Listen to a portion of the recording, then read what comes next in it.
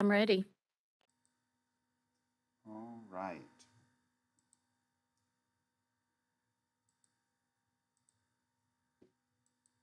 Now? Just one moment, Kathy.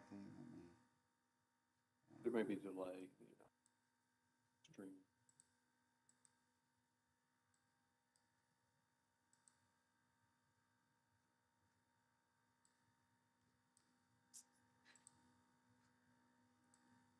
Give me just a minute. I need to fix some video things.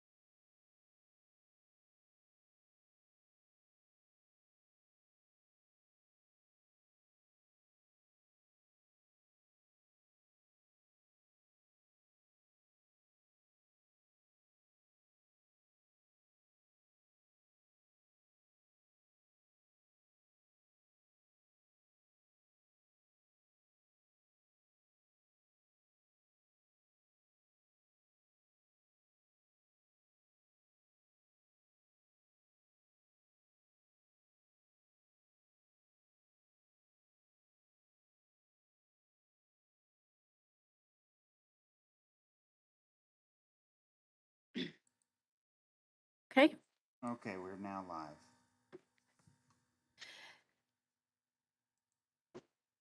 Good morning. It's now 9:23 on July 21st, 2022, and I will call the Texas Board of Nursing meeting to order. I do apologize. We've had some IT issues this morning, so I'm sorry that we're beginning a little late. I'll start the meeting this morning with the board's mission statement and philosophy. Our mission statement: the mission of the Texas Board of Nursing is to protect and promote the welfare of the people of Texas by ensuring that each person holding a license as a nurse in the state of Texas is competent to practice safely. The board fulfills its mission through the regulation of the practice of nursing and the approval of nursing education programs. This mission, derived from the Nursing Practice Act, supersedes the interest of any individual, the nursing profession, or any special interest group. Our philosophy: acting in accordance with the highest standards of ethics, accountability, efficiency, effectiveness, and openness, the Texas Board of Nursing approaches its mission with a deep sense of purpose and responsibility, and affirms that the regulation of nursing is a public and private trust. The board assumes a proactive leadership role in regulating nursing practice and nursing education. The board serves as a catalyst for developing partnerships and promoting collaboration in addressing regulatory issues. The public and nursing community alike can be assured of a balanced and responsible approach to regulation. So at this time, I would like to welcome all our board members, board staff, and audience this morning to this board meeting. I would also like to introduce a new board member that we have and welcome him. And this is Dr. Tyrone Sharp, representing APRN Education from Houston Community College. So welcome, ADN. I'm sorry. Oh, okay, ADN Education, Houston Community College. So welcome, Dr. Sharp, today. This meeting is being held pursuant to the Texas Government Code Section 551.127. Before we begin this meeting, I'd like to remind board members and staff to keep their line on mute until they wish to speak, and then after completing their remarks, they should return their line to mute. Please remember to turn off any apps and/or email that may be open or running on your devices for the duration of this meeting. Finally, please remember to mute and/or also turn off any cell phones. I would also like to remind everyone that the meeting today is being recorded and at the same time is also being sent out through a live link to the board's YouTube channel. Members of the public may observe this meeting today virtually through YouTube channel or in person at the Hobby Building located at 333 Guadalupe, Room 100, Austin, Texas, as it takes place. We will begin with the board member roll call. Ms. Thomas? Daryl Chambers, representing consumers. Mr. Chambers is absent. Laura Disk, representing RN Practice. Ms. Disk is absent. Carol Hawkins, representing RN Practice. Carol Hawkins, present. Maisie Jamison, representing consumers. Maisie Jamison, present. Ken Johnson, representing LVN Education. Ken Johnson, present. Kathy Leader-Horn, representing LVN Practice. Kathy Leader-Horn, present. Allison Porter Edwards, representing BSN Education. Allison Edwards, present. David Saucedo, representing consumers. Present. Melissa Scott, representing LVN Practice. Ms. Scott is absent. Tyrone Sharp, representing Associate Degree Nursing Education. Present. Kathy Ship, representing APRN Practice and Education. Kathy Shipp, present. Rick Williams, representing consumers. Rick Williams, present. And Kim Wright, representing LVN Practice. Kim Wright, present. Madam President, we have a quorum. Thank you, Ms. Thomas. We will now proceed with the introduction of board members and staff. So, Catherine Thomas, Executive Director. Dusty. Dusty Johnston, General Counsel. Anthony Diggs, Director of Enforcement. Mark Mayek, Director of Operations. Daryl. Patricia. Patricia Vianas Cabrera, Executive Assistant. Tawanda. Oh, Tawanda.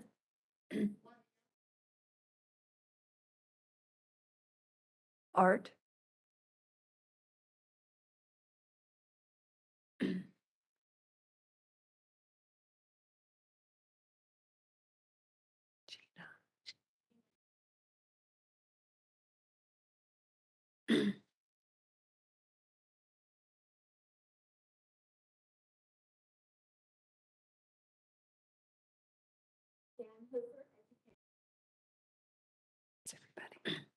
And board members, Dr. Edwards?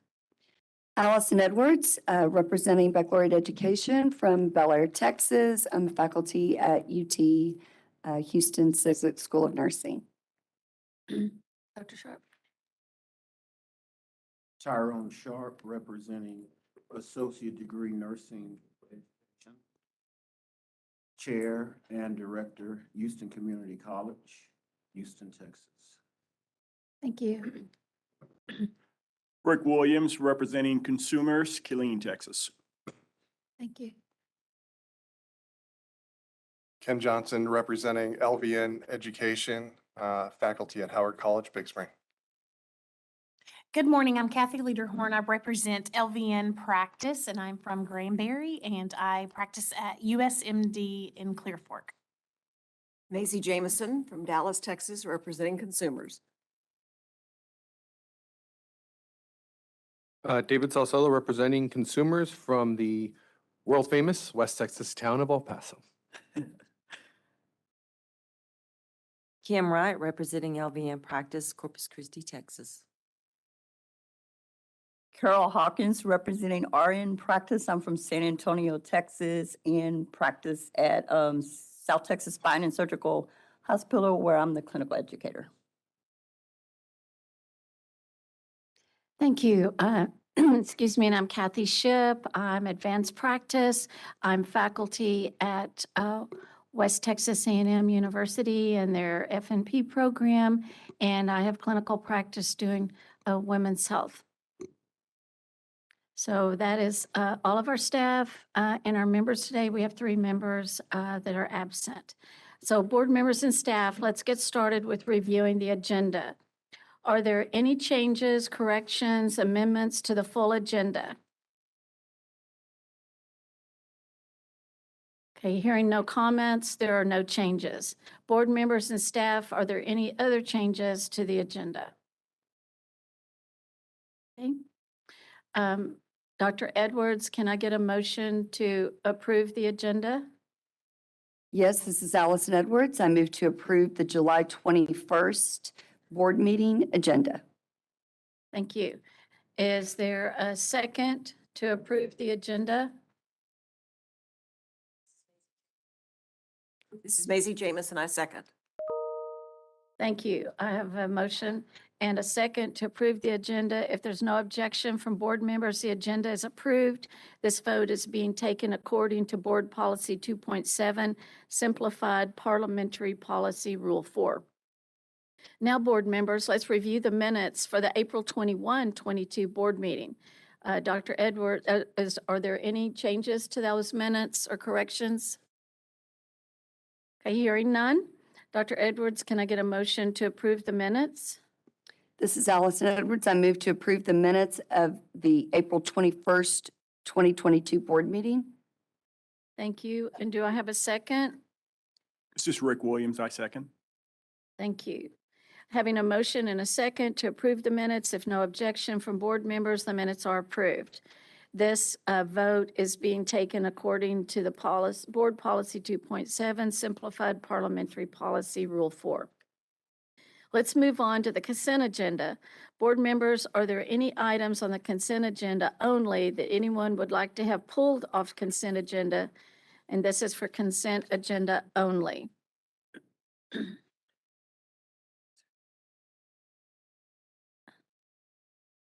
Yeah, I can just go ahead. So continuing, hearing none, continuing with consent agenda, board members, are there any recusals for the consent agenda? And so at this time, the items on the consent agenda only that anyone needs to recuse themselves from, and this is consent agenda only, I'm going to read through these. There are several board members that are involved in different cases, and those will be pulled off of this consent agenda for individual voting. Carol Hawkins, Kathy Lederhorn, and Ms. Maisie Jamison will recuse from 8.6.1, consideration of proposal for decision, recommendations, proposed settlement agreements, if any, and board action in the matter of permanent certificate number 214903, issued to Tammy Sherrill Fleming, SOA docket number 507221755. Ms. Hawkins, Ms. Lederhorn, Ms. Jamison will recuse from 8.6.5, consideration of proposal for decision, recommendations, proposed settlement agreements, if any, and board action in the matter of permanent certificate number 757502, issued to Susan Reeves Touchstone, SOA docket number 507221320.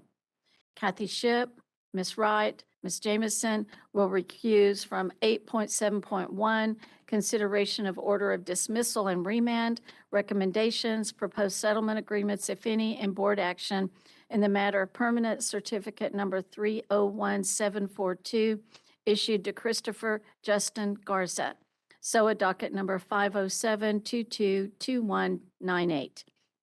Ms. Hawkins, Ms. Lederhorn, and Ms. Jamison will recuse from 8.7.2, consideration of order of dismissal and remand, recommendations, proposed settlement agreements, if any, and board action in the matter of permanent certificate number 175830, issued to Kevin Lee Harding, SOA docket number 507221317.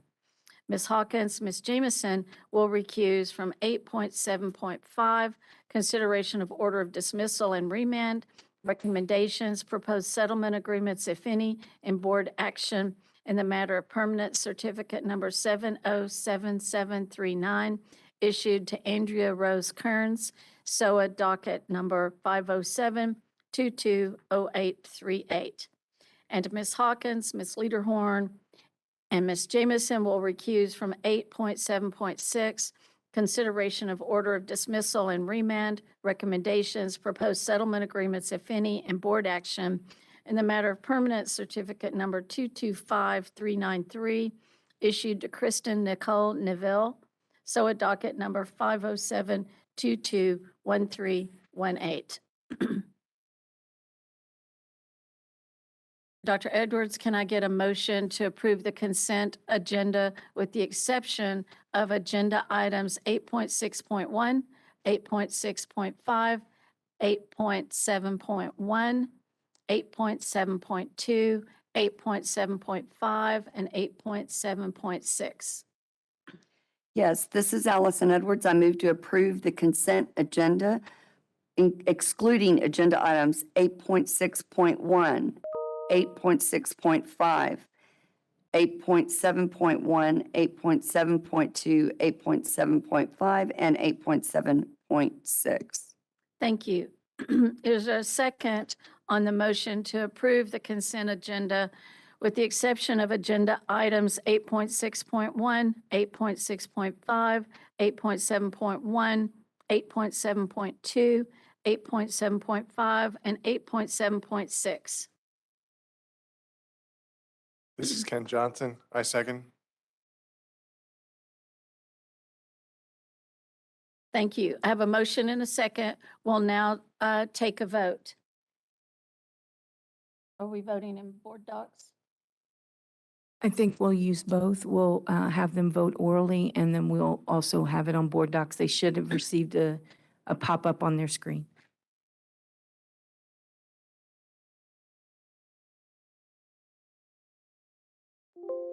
Okay, I will now take an oral vote. Dr. Edwards? This is Allison Edwards. I vote for. And board members, please say your name before voting. Carol Hawkins? For.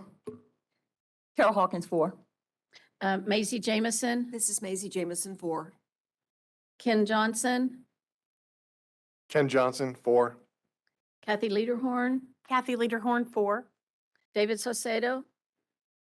David Salcedo, 4. Dr. Sharp? Tyrone Sharp, 4. And I'm Kathy Ship, 4. Rick Williams? Rick Williams, 4. And Kim Wright. Kim Wright, 4. And the motion passes. Thank you, members. We'll now take a vote on consent agenda items 8.6.1, 8.6.5, 8.7.2, and 8.7.6. Dr. Edwards? Yes, I move to. This is Allison Edwards. I move to approve agenda items 8.6.1, 8.6.5, 8.7.2, and 8.7.6. We're going to note that the following board members recused from the vote on these items because they were on the E&D committee that voted to temporarily suspend the nursing license involved in these PFDs. This will be Ms. Hawkins, Ms. Lederhorn, and Ms. Jamison. Is there a second on the motion to approve consent agenda items 8.6.1, 8.6.5, 8.7.2, and 8.7.6? Clarifying, it's 8.6.1, 8.6.5, 8.7.2, and 8.7.6. And I need a second. Rick Williams, I second. Thank you. So having a motion and a second, we'll now take a vote. So please vote in your board docs, and then I will take an oral vote. Dr. Edwards?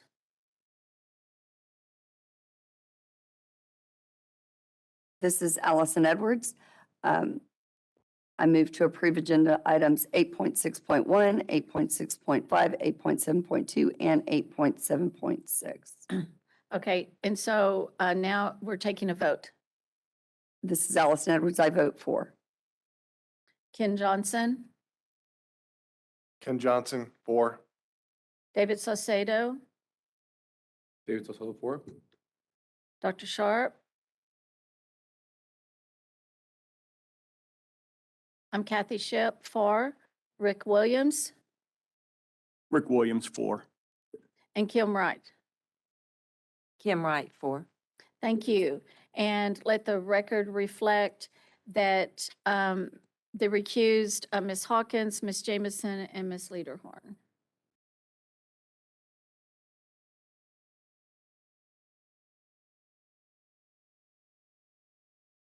Patricia, did you get my vote?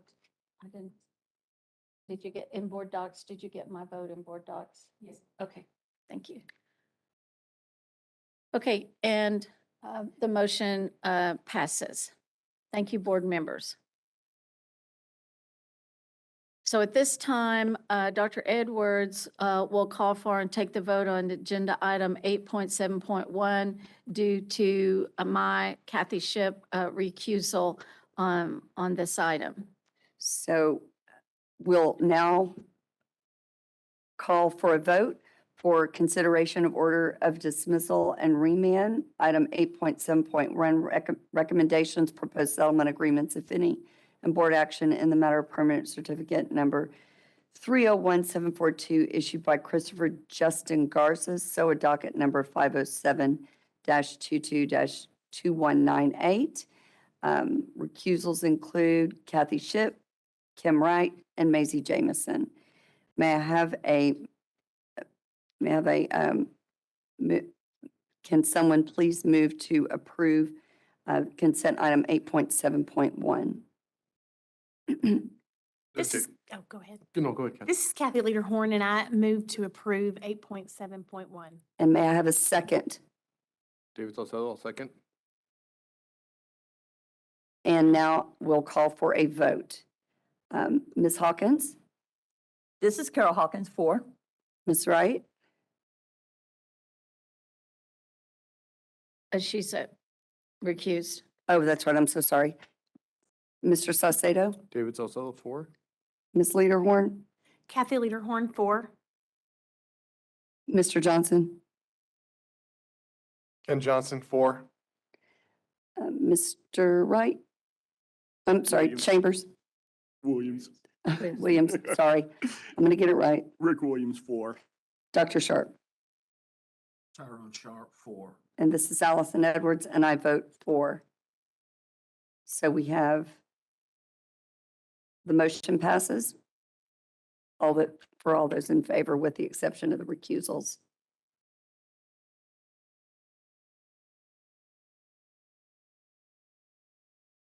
So the record reflects that I recuse Kathy Ship, Kim Wright, and Maisie Jameson. You have, Patricia, have you got? Yes, I do have that. Okay, great. Okay, so I will now take a vote on consent agenda item 8.7.5. Dr. Edwards, can I have a motion? Yes, this is Allison Edwards. I move to approve agenda item 8.7.5, order of dismissal and remand recommendations, proposed settlement agreements, if any, and board action in the matter of permanent certificate number 707-739 issued to Andrea Rose Kearns, SOA docket number 507-220838. Thank you. And is there a second on the motion to approve consent agenda item 8.7.5? Ken? This is Ken Johnson, I second. Thank you. Having a motion and a second, we'll now take a vote, and we'll be noting recusals for Ms. Hawkins and Ms. Jameson. Dr. Edwards? This is Allison Edwards. I vote for. Ken Johnson? Ken Johnson, 4. Kathy Lederhorn? Kathy Lederhorn, 4. David Saucedo? David Sonsola, 4. Dr. Sharp? And I'm Kathy Ship, 4. Rick Williams Rick Williams, 4. and Kim Wright. Kim Wright, 4. Thank you. And the motion carries. Thank you. I know for those in the audience, it seems like a lot of housekeeping. This is an Open Meetings Act, and we are following the structure and the legalities of our agency. So board members, staff, and audience will now begin the meeting with agenda item 1.1, the Executive Director's Report. Ms. Thomas? Good morning, Madam President, members, staff, and the audience. I'm going to give you just a couple of add-ons or emphasis on my written report, and then move on to talk about some of the trends that we're seeing.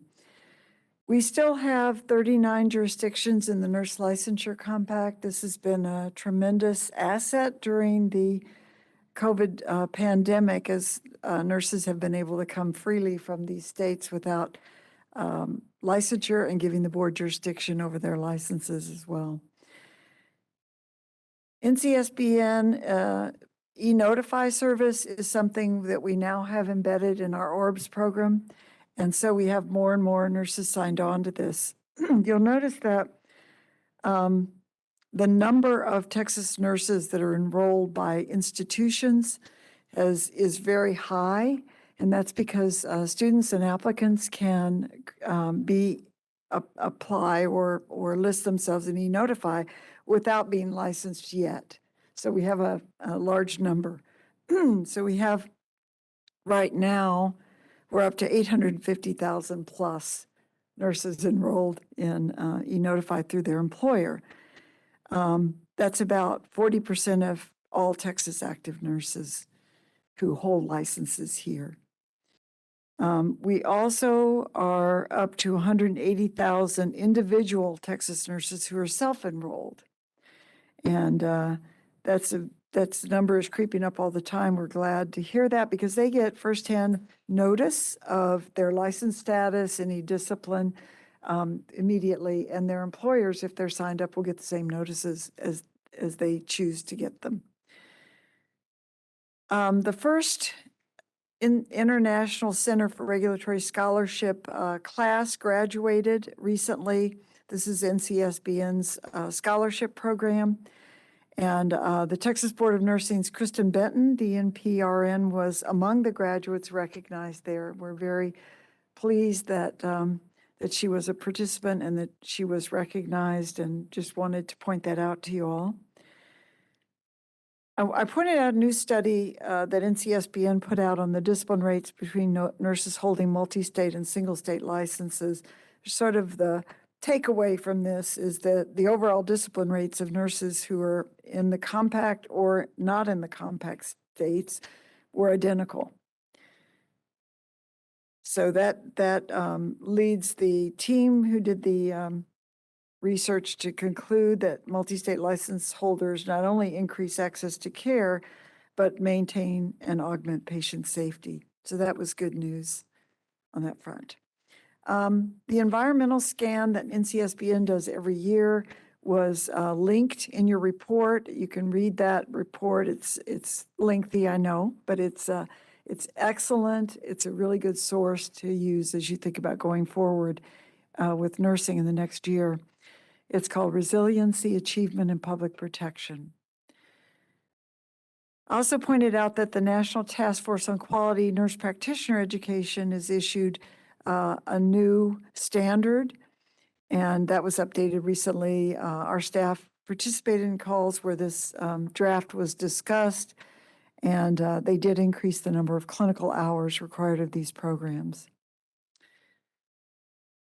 And then the last two articles that I mentioned have to do with nursing supply. The first one highlights that more than a third of nurses say they plan to leave their jobs this year for various reasons. Obviously, that can have a big effect on the supply of nurses in the coming years. The number of younger nurses is trending downward as well, which is kind of a new phenomenon. And that reduction in the workforce would have an impact that could last a generation. So that's something else to pay attention to.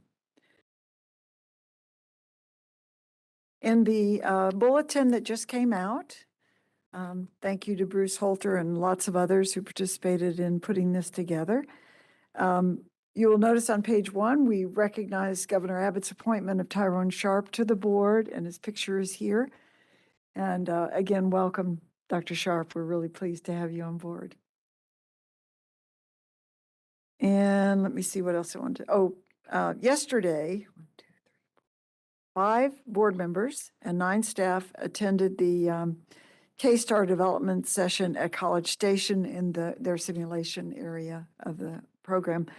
I think it was very informative for the board. We were pleased to have that review again. We do that periodically.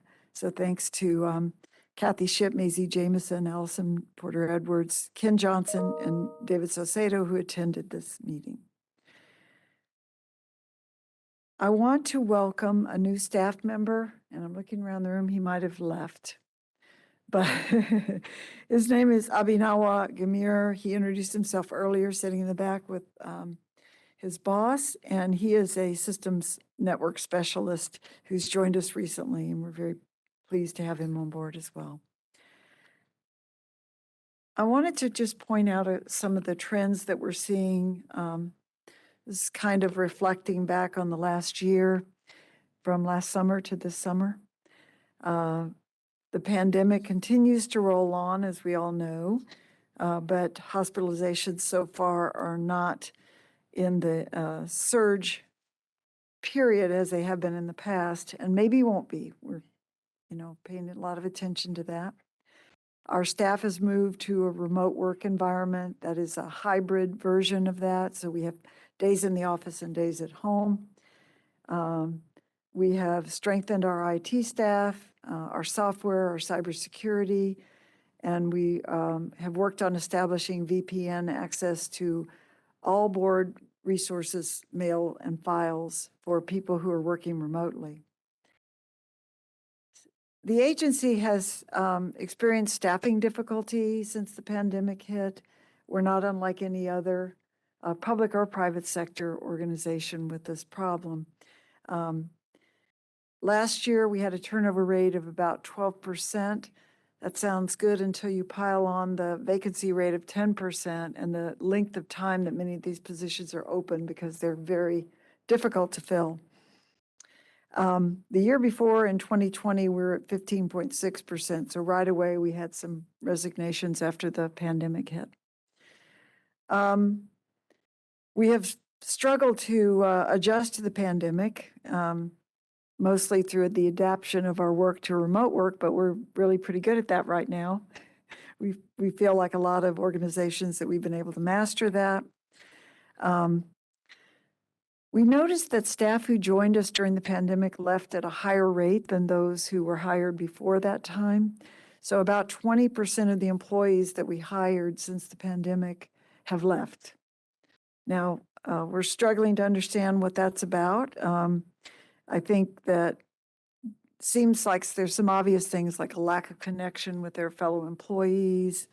I think the acculturation to the board, the mission, the loyalty one develops in an organization, and the acculturation to our model of regulation. And it might be just that they are going to get a higher salary in another job, or they choose not to work. We don't really know. But we are working on establishing that connectivity, establishing other substitute mechanisms to make people feel connected. And I think we're moving in the right direction in that regard. To add to the problem, we had a 5% reduction in our budget prior to the last session. The pandemic had hit, the leadership for the state asked us to reduce our budgets by 5%. And although we recovered some of that in the 21 session, we didn't get it all back. So we are 6 positions lower than we were before the pandemic, which has had a tremendous effect on the agency. And Mark will talk about that a little later when we discuss our LAR. We have found ourselves in a position with hiring staff that we had to make not only room for some remote work, which we've done, but also salary adjustments. And, you know, we've made those salary adjustments for staff, which also affect other employees in the departments. And so sometimes that results in some equity adjustments as well. But we know that the resulting impacts on the budget are not sustainable. We have to get more revenue. And that revenue must be given to us by the legislature. In the meantime, the board approved a plan for us to conduct a compensation analysis to figure out what salaries are in the Central Texas area, and we've done that. We are in the process of figuring that all out. It looks like we're going to target some particular positions that are in dire need of adjustment, instead of asking for everything, which we thought the legislature would not entertain. We've also seen the trend of applications increasing, particularly in advanced practice licensure and international students. I can't remember, Mark, where were we at 10,000? It's 10,000 endorsement, but we surpassed 5,000 international applications this past year. Yeah. So anyway, it's going way up, and the student applications are increasing too. So these sectors are in particular need of adjustment of numbers of staff, and Mark will talk about that when we go over our LAR. We also have found that our IT demands are increasing. You know, there's a demand for cybersecurity. We've got to continue to work on that. There's the demand of the public for online and mobile services, so those things need to be added. And cloud storage grows as we move on every day. So we're going to need more growth in that area. As we look at our positions, I think we see that nurses are a particularly needed area. They're very difficult to recruit right now. No surprise to anyone. There's lots of competition for jobs out there. Also, our attorney positions and our information technology positions are all our highest competition and need.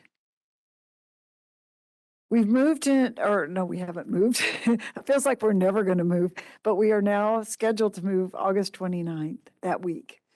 And we're planning for that now. I think I got a total of around 200,000 documents have been scanned in preparation for this move, and we're not done. We're scanning every day. So it's a tremendous volume because we don't have anywhere to put paper anymore. We're going to have to move to a digital format, and I think it will expedite business as well. So we're moving in that direction. There are some things that have changed about the move. The parking is not going to be open when we move, so we're in a temporary parking garage, which is fine. It's not that far. We are, you know, things like our canteen in the building to get snacks and things won't be open when we move, but soon after, we hope. And also, there are a lot of other food venues in the area in other state buildings that we'll be close to, as well as in fast food places and things like that. Most of the staff will be working remotely during our move. That's what we plan to do. The directors, the IT staff will be on site for the move. But others will be working from home. We will try to get our VPN established as quickly as possible so we don't have any downtime. We're working on that right now. Thank you very much, IT. But despite the inconveniences, I think we're really eager to move, and we appreciate our location, the amenities, and all of those things. So it's going to be much nicer than being in this building. Some of us have joked that we'll be back here for the demolition whenever that happens, and we believe that will happen. Pardon? For the elevator going to the parking garage, make sure that's really destroyed. Yeah. So anyway, most of you know, I think, that we had a server failure in April of this year that just shut everything down here. The immediate impacts were very painful for us, right? We were scurrying around a lot and people couldn't do their work. And we saw some good things that came out of this, though. And one of them is that it accelerated our digital storage, so we can get to those things. We redesigned our infrastructure for the future, or we're in the process of doing that. IT staff have really put in a Herculean effort to make all these things happen. They've put temporary fixes in things that we have to take different routes to get to, but we still have access to everything we need. And I think this fiscal year will continue to be a process of getting this into a new infrastructure and getting us back to the old access that we had, and also some improvements. I think a lot of you know that nursing is really experiencing a crisis. It's a combination of things. It's the surges, the pandemic, the hospitalizations and deaths, all of those things. I think it's also the fatigue and anger of the public about not being able to be with their loved ones when they're critically ill, and having to use mitigating things such as masks when they may not have felt it was necessary. But nurses are kind of in the middle of all this, right? They're taking care of patients, trying to do the best they can to do that. And we've seen workplace violence increase, and nurses experiencing a lot of burnout. So that's part of the Great Resignation, the supply concerns I mentioned earlier.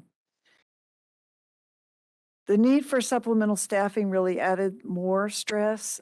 Sometimes we were taking a nurse out of one facility and moving her down the street to another and not really adding to the total number of nurses. So that was stressful. Some of the travel agencies paid significantly higher for those positions that you're working right next to in a unit where you're making significantly less. So I think those things might have impacted it as well. And then lastly, we've seen some changes in our own statistics that create some flags. The number of LVNs declined in 2021 for the first time. And we're seeing this trend nationally for some time, but this is the first time it's hit Texas.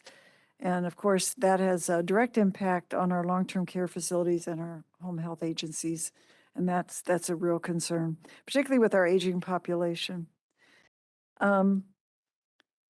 We're also seeing that LVNs are being hired by hospitals because they can't get enough RNs.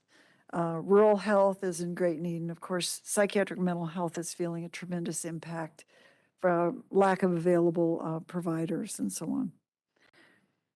Some of the things that we have known to be successful in kind of addressing the nursing shortage have been the Nurse Licensure Compact, which was particularly helpful during the disasters that we've experienced, where nurses could come in freely from other compact states, and there are 39 jurisdictions now. So that's a big, big help to us. We've also known that the board has been open to approving new nursing programs for over a decade. And during that time, we've seen an increase in the number of programs, but also then some closed, right? So in the last 5 years, from 2017 to 2021, the board approved 25 new nursing programs. 10 of these were baccalaureate degree, 5 were associate degree, and 7 were vocational programs, and 3 were APRN. Remember that until they receive accreditation, the board can approve and consider APRN programs, so they have an interval where they're approved by the board without their full accreditation. We also found that participation with a lot of other organizations, and particularly agencies in the state, have been a tremendous help to sort of creating some bridges. So we all understand the same statistics, the same issues of concern. We see how it's affecting different sectors of nursing. Recently, Dr. Jan Hooper participated in the Department of Labor and the Workforce Commission expansion of apprenticeship grants that permits students to be paid during clinical experiences. And she's going to talk about that a little later on the agenda today. We've also promoted nursing practice academic partnerships to increase the number of arrangements during COVID that maximize the clinical learning experiences of students. And lastly, you know, we participate on a variety of other committees and work groups of other agencies.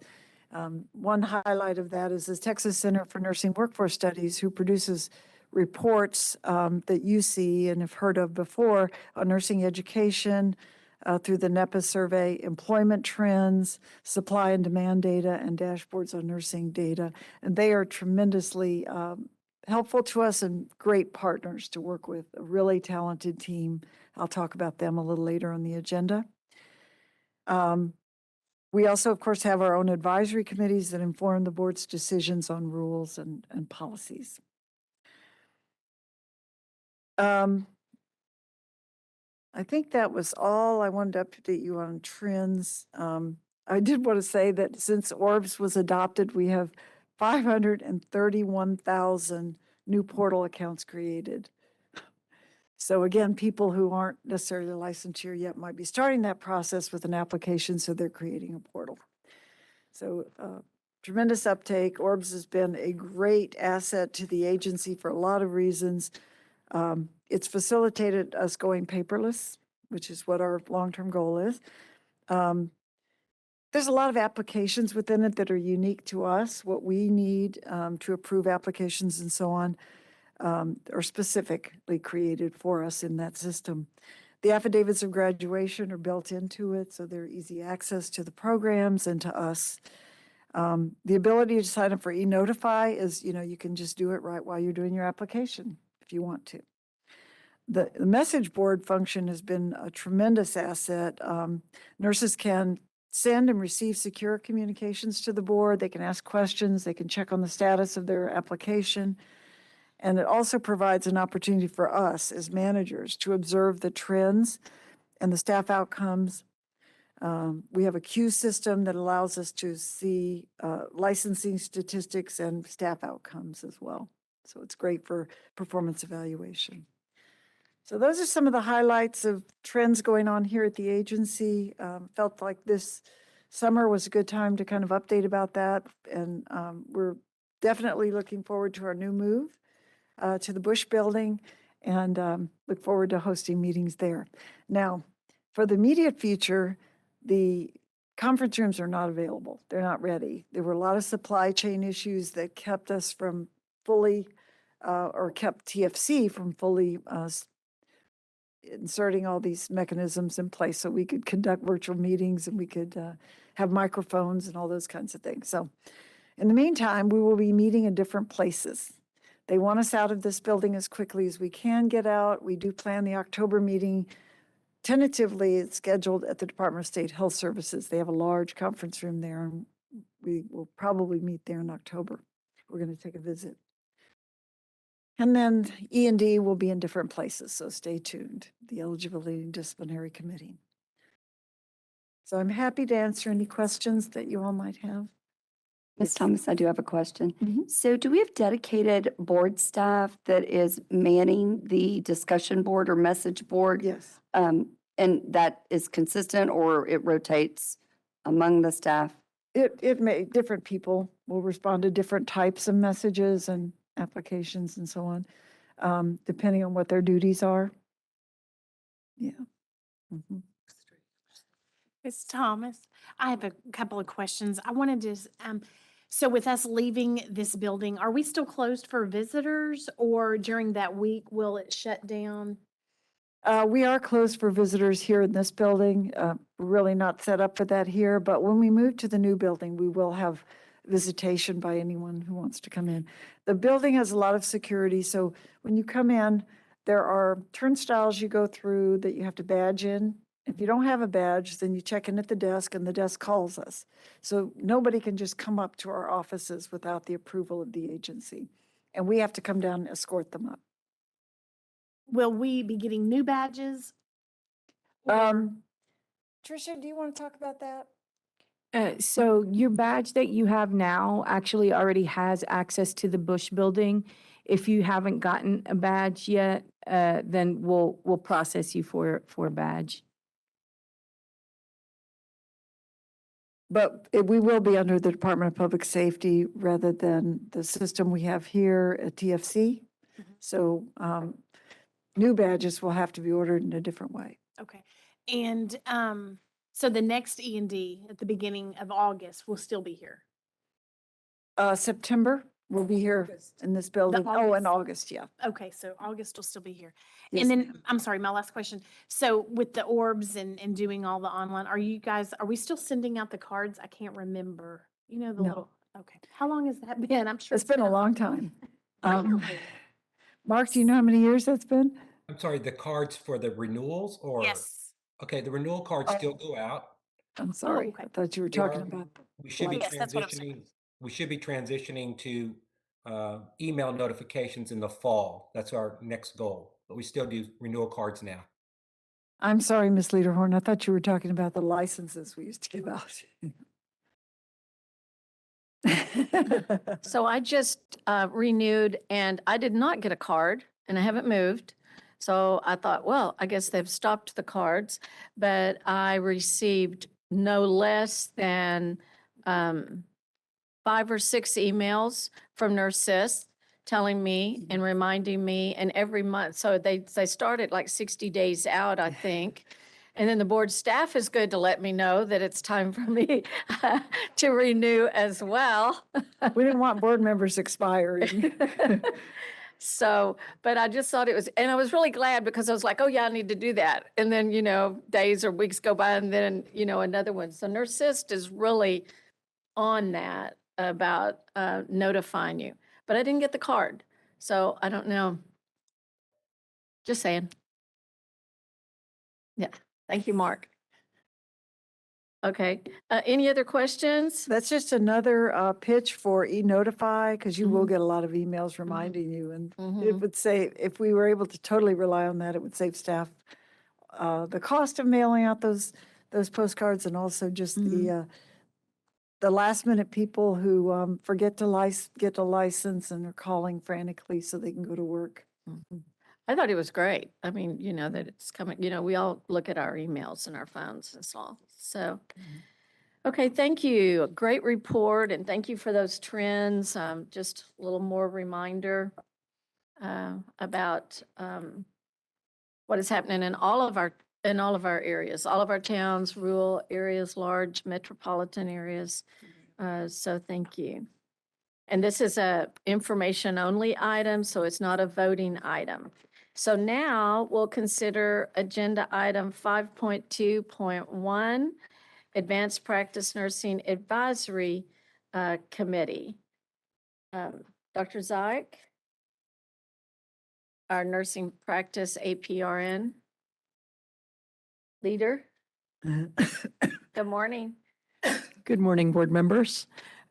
This is an information-only item. The Advanced Practice Nursing Advisory Committee met again on June 13th of this year out at the J.J. Pickle Research Campus in the Commons Center.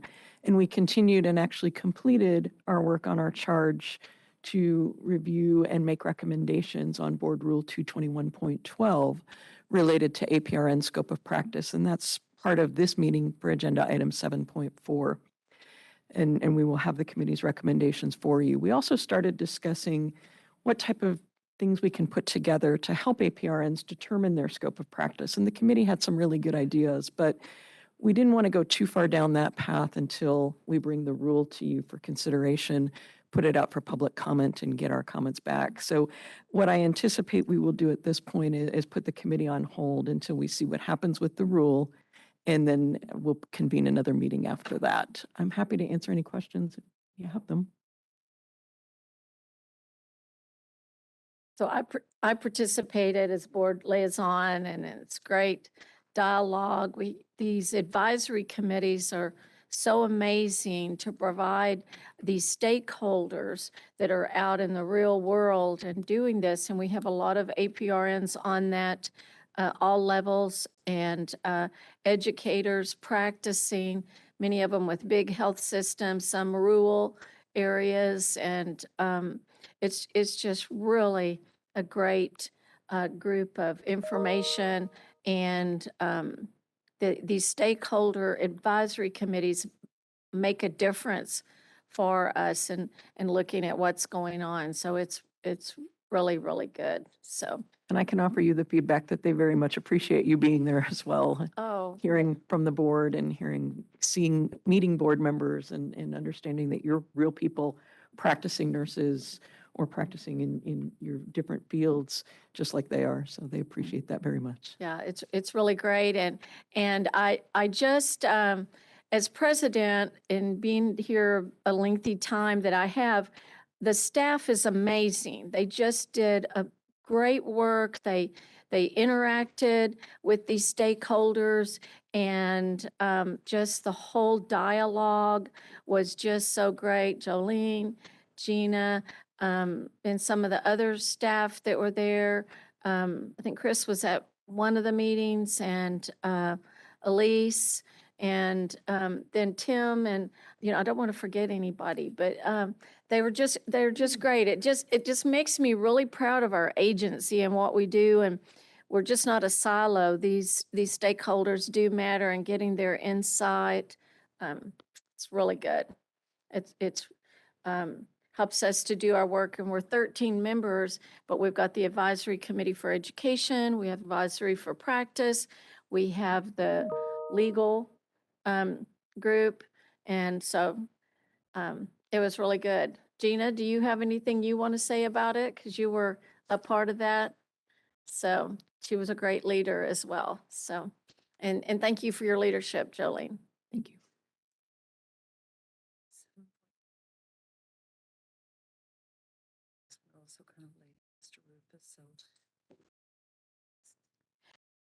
Okay, so we're running a little behind on our agenda, and we have a internal audit. 7.3, consideration of the internal audit of the open records request, fiscal year 2022. We're going to go to that to someone who's, Mr. Rufus Monday is virtual, and then we will come back and do our rule that has to do with that advanced practice committee. He's been disconnected. I'm waiting for him to reconnect. Okay, now we've heard that he's been disconnected. He was waiting for us virtually. Mark Mike is going to be our staff lead on this.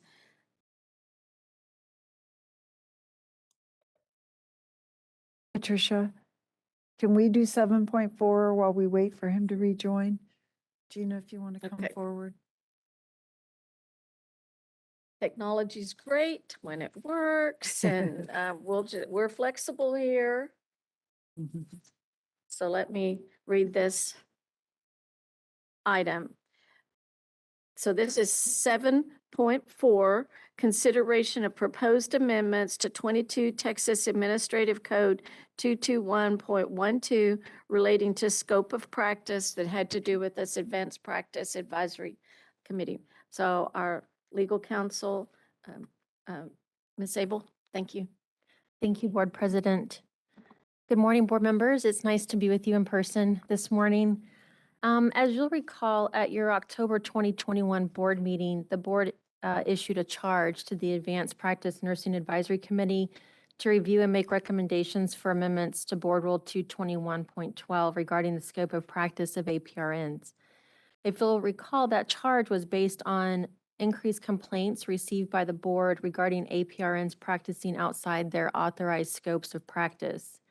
And staff had shared with you at that time that some of these complaints concerned providing care to patients outside their population foci, off-label prescribing without evidence-based research to support the practice, and performing aesthetic and cosmetic procedures, including liposuction. So the committee convened on March 3rd and also on June 13th to consider that charge and to work through that rule. In your package, you'll find amendments to Rule 221.12 that the committee deliberated on and is recommending to the board. These amendments are intended to clarify the limitations of an APRN scope of practice and provide additional guidance to APRNs regarding how to determine if a particular action falls within their authorized scope of practice. I wanted to draw your attention to proposed subsection C that contains the majority of the proposed changes. This subsection sets forth factors that will be considered when determining if a certain action falls within an APRN scope of practice. Not all of these factors are going to be present in every single case, and that's fine. The ones that are present will be reviewed when making those determinations. And paragraph 5 of that subsection contains factors that will be considered if an APRN has obtained additional training in support of a particular action that's under scrutiny. The remainder of the proposed changes address the maintenance of records. It reiterates that an APRN is also an RN and can still continue to practice in the RN role, and also reiterates that an APRN must only practice in the role and population focus area for which the APRN has been licensed. There's nothing in these amendments that are intended to authorize an APRN to practice in a different role or population focus area if they do not hold licensure in that area. Staff recommends proposing these amendments that are contained in your packets, authorizing staff to publish those in the Texas Register for the comment period. If comments are received, they will be brought back to you at the October board meeting for your consideration and deliberation. And if no comments are received, then the amendments will be adopted as they're proposed. I'm happy to answer any questions, and Jolene's here to answer anything that's harder than what I can answer, which is probably all of it. Thank you. Any questions, board members? There was a lot of discussion for this and great leadership and a great. Madam President, I just had a quick question about the education outside of their scope. So if they're internal med and the physician educates and they start doing Botox or something like that, is that education just kind of hands-on with the physician adequate? Or are we saying it has to be clinical, it has to be didactic, it has to, all of that? So it's probably easier if you look at your packet because there was a lot of discussion about these types of things. So in that section, paragraph 5, first of all, it has to be post APRN licensure. And then it's all these factors. So we're going to look at, what kind of instruction did you get? Was it online? Was it in person? Was it didactic, classroom? Were there learning objectives? How long was it? What was the quantity of it? The qualifications of the person that gave it to you? Whether the training has been certified or recognized by a professional specialty organization, if the training is consistent with evidence-based practice, whether it's being sponsored by an educational institution like let's say a formal fellowship or a precepted experience, if it's being provided by an entity in conjunction with the use of that product. So if it's like a machine or a particular drug that an entity is promoting, is that the person who's providing the training? B is important. All training has to include a method of objective, verifiable competencies. And keep in mind that it still has to be in your role and population focus. So for a lot of our discussion about the cosmetic procedures that you brought up, what we determined was, an RN is able to do those if there's the appropriate orders and, you've got a physician or, an APRN with appropriate orders in place. So you could do that as an RN. It may not fall within your APRN role and focus area. So that may be something that even though you've had training in the particular procedure, it would not expand your ability to diagnose or write the order for it. You would need somebody else in conjunction to do that part. But then using your RN license, you might be able to do the procedure. So that would be different than this. We had a lot of discussion about, could I don't know, for example, a CRNA do a cosmetic procedure and the whole thing, we're like, well, first of all, did your education cover that? Would that be something that you'd be able to diagnose? Did you have dermatological education in your program? And kind of walking through the steps. So it's going to be a very individualized process, which is what we do now when we get these cases. We have to look at, how were you trained and who did it? It could be that a physician provides training for some of the things, but what we found in the group, and Kathy or Jolene can jump in, but what I heard from most of the participants was that when they were doing something that was being shown by another colleague or a physician, it wasn't really expanding their scope at all. It was something that that was already in their scope. It was just a new way to do an old trick, if you will, on a new machine, right? So it wasn't even really getting into this area But I wouldn't say that training by a physician would be necessarily like excluded. We would just have to look at it and see if it kind of meets the criteria that's spelled out in the rule. Reading it, I was looking at it wrong at first because I was thinking or, but all of these is and. Does These that are- make sense? Right, these are all possibilities of Yes. ways that you can demonstrate your competency. So we Gotcha. didn't want to make the rule too restrictive in that regard Mhm. because obviously practice is dynamic and changing and you want to encourage safe practice in that regard. So it's all, these are ways you can show it Gotcha. and we'll look at whatever it is that you provide to us, which is also what we do now anyways in these cases. So in the advisory committee, there wasn't APRNs that felt it was limiting at all. My perception is they did not think it was limiting. They were actually happy that we were looking at all of these things. And, I will tell you the same thing I told them. We will look at anything you can show us that shows us how you got training and developed competency. And these are the typical things that we see. If somebody comes up with something outside this list, we can look at that too. It's not going to limit it. But I don't think they perceived that we were trying to limit their scope of practice in any way. They're actually happy to have more information about what the board looks at, what we look for, ways that they can know, okay, yes, I can do this, or no, I can't do this. So, and I think as we started talking about tools to help APRNs understand their scope of practice, I think that's going to help answer more of the yes or no questions that you might be thinking of as, is this within my scope or not within my scope? I was thinking, remember years ago that the flow chart thing? Yes, I can do, yes, I can, So you're talking about the decision-making model, which yes, we still that's have. what in my mind when I was reading this, I was like, oh, okay, so. And that is one of the things that we will probably be bringing back to the board once we see what happens with the rule and gets adopted, because I think they were very much in favor of something like that for APRNs. And it definitely wanted it to be that this is not, that you have to. That was the whole thing about there's many options out there and left it open. And so everyone was very pleased because we have people that are in academic settings in huge metropolitan areas. We had people in rural areas that having a hard time learning some of these skills and having to be real creative in getting some of those skills and all. And it's the same thing like you talked about. Their education can be broad. They may not have gotten something. It doesn't mean it wasn't something they could have had in a different setting. So they're still fitting in under that scope. So that was a huge part. But I loved your example about the CRNA. Botox is not taught in a CRNA school. And so, those kinds of examples I think are really good. So, and we have that in family nurse practitioners wanting to go into critical care. And we have critical care wanting to go into family practice. We have gerontology looking at treating children.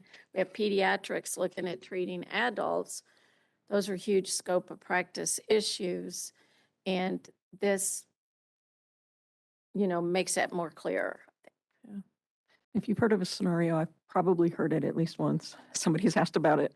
But the other benefit to having this list is you don't have to show everything. So depending on what the activity is, the patient care activity is, you can pick what's most appropriate. If it's a procedure, certainly hands-on, but it may be something different that lends itself to watch one, do one, teach one. So it really allows for variation in looking at what the skill, the knowledge, whatever it is that they're looking to do. It gives them the flexibility to pick the most appropriate mechanism to get there and do more than one if needed. Madam President, I do have a quick question. Ms. Sable, when does if this rule, proposed rule and the proposed amendments to this rule are passed today, when does the exact date open for comments and close?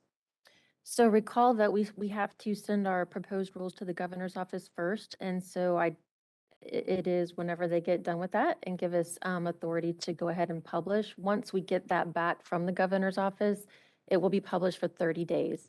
And the comment period is within that 30-day time frame. So usually what happens is we would get comments in probably 2 weeks before the next board meeting. And so we'd be able to provide those to you if we receive comments during that time period.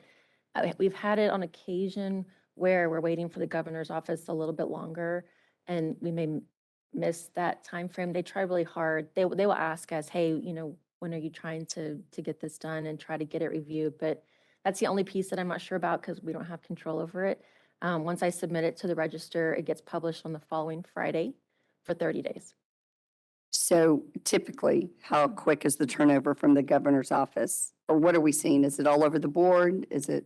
I will say the more complex the rule, the more time that they take.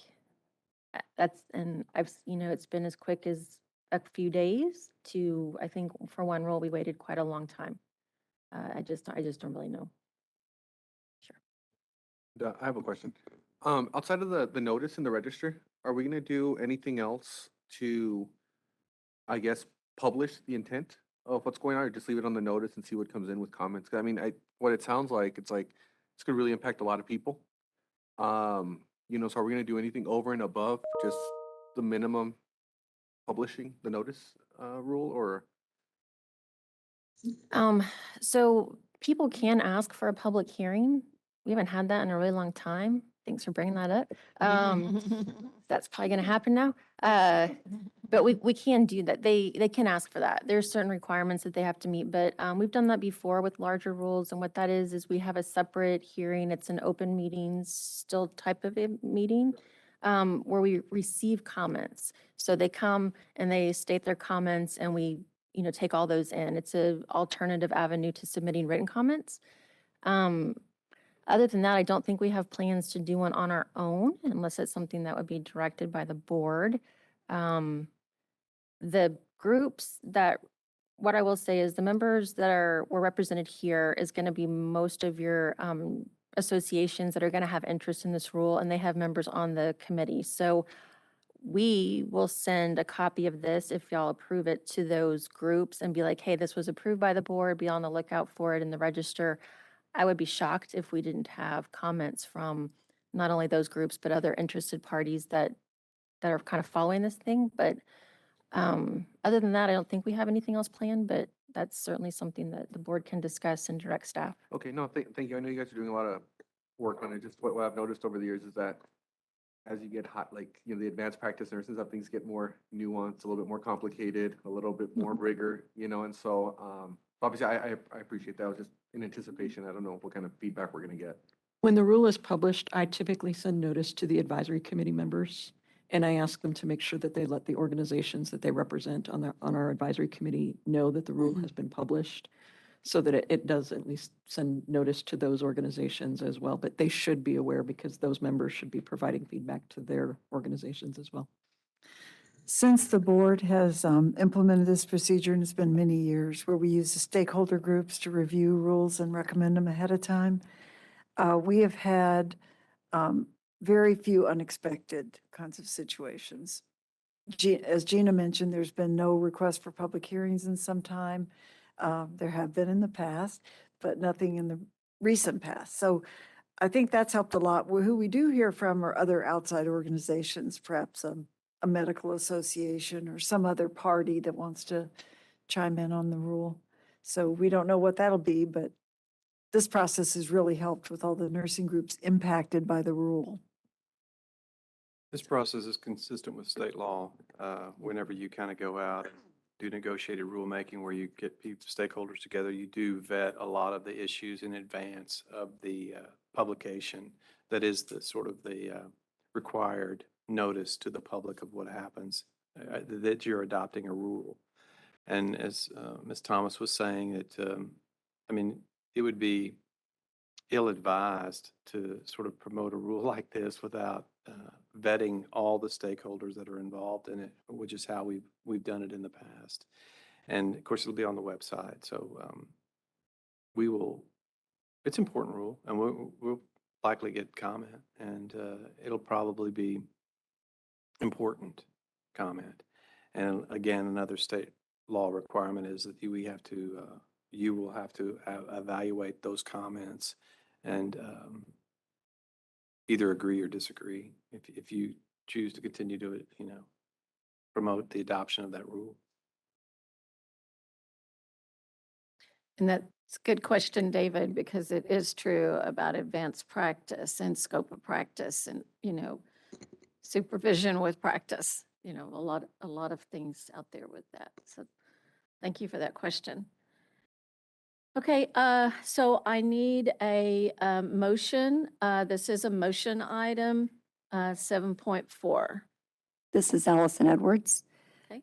I'd like to move to approve the proposal of amendments 22 Texas Administrative Code 221.12 relating to scope of practice as set out in Attachment A, with authority for the General Counsel to make editorial changes as necessary to clarify the rule and board intent and to comply with formatting requirements of the Texas Register. If no negative comments and no requests for a public hearing are received, move to adopt the amendments to 22 Texas Administrative Code 221.12 relating to scope of practice as proposed. Thank you. So we have a motion, and could I have a second? This is David Maisie Kozlowski. Jamison, second. Oh, okay. Maisie, great. Thank you. Thank you very much. And thank you, staff, for great work. We appreciate it. So oh, good. Yes, we will vote. I'm just moving right along, trying to stay on schedule. Okay.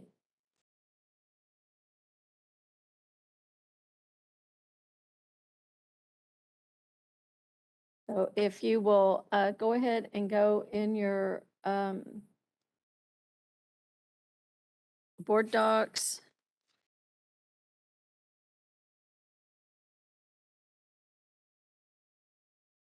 And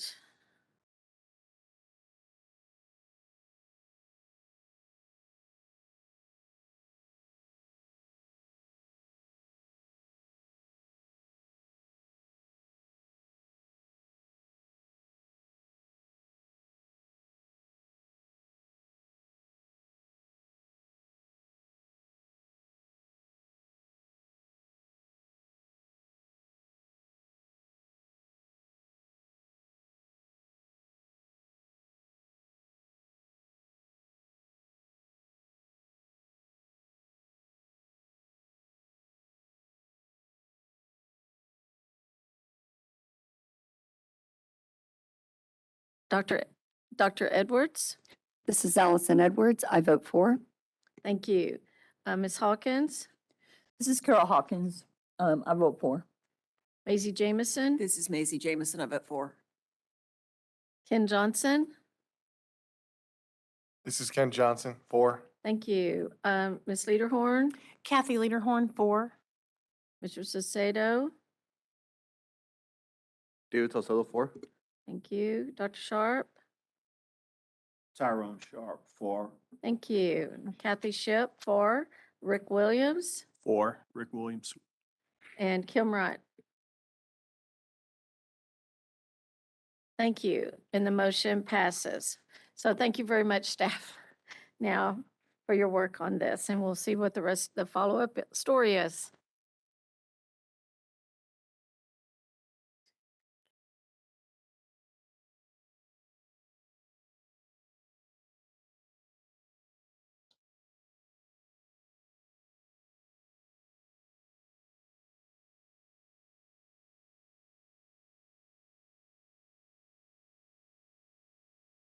Okay, members, next on the agenda is item 7.3, consideration of the internal audit of the open records request fiscal year 2022.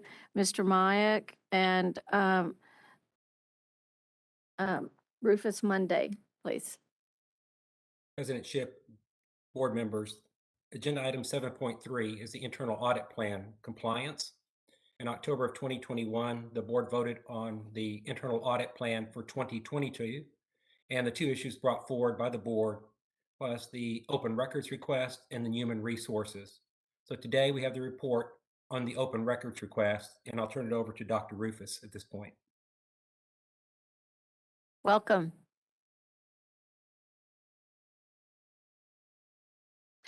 Okay, you're muted. We can't hear you. Okay, okay. Perfect. Thank you. right, We're sorry all about the delay. Thank you. That's no problem. Good morning, Madam President and board members.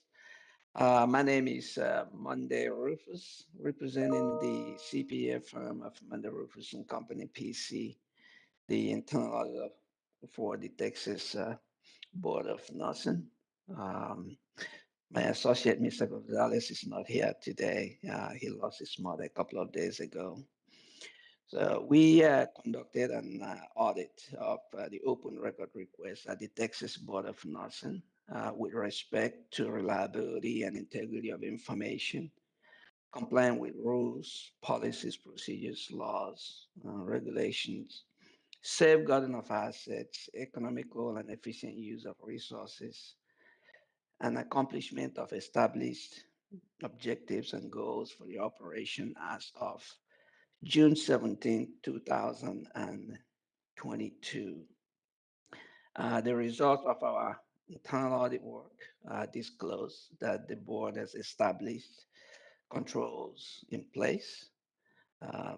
We just noted an insignificant issue which was communicated to the management of the board as required by government auditing standards.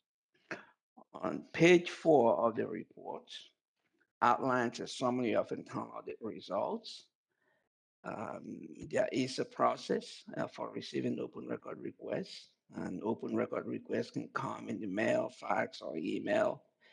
The board has established policies and procedures that are consistent with Texas Government Code Chapter 552 and has made it available on the agency's website. The policy includes the rights of the requesters, responsibilities of the board as a government body, information to be released, costs of records, and information that can be withheld due to an exception. Again, any significant issues noted have been communicated to the management of the board as required by government auditing standards.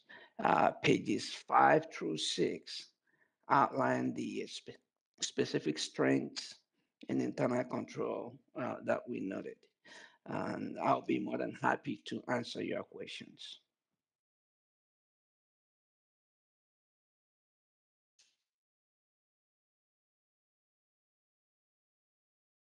Thank you. Are there, Mr. Mike, do you have anything to say? No follow-up. Thank you. Okay, thank you. Board members, do you have any questions?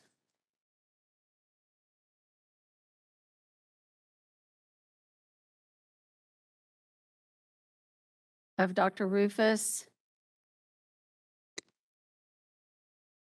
Okay, well, that's great. Everyone is pleased with the information, and thank you for the work that you've done for us. Thank you. And again, I apologize that we were, we had you scheduled and that we were late with that. And so board members, this is a voting item. And so I need a motion. I'll make the motion. Okay, Mr. Salcedo. This is David Salcedo. I move to accept internal audit report of the open records request, BON-2022-001 as prepared by Monday Rufus CPA for the fiscal year 2022. Thank you. And is there a second? Ken? This is Ken Johnson. I second. Great. Okay, having a motion and a second, if there's no other discussion, we'll take a vote. And if you'll please vote in board docs.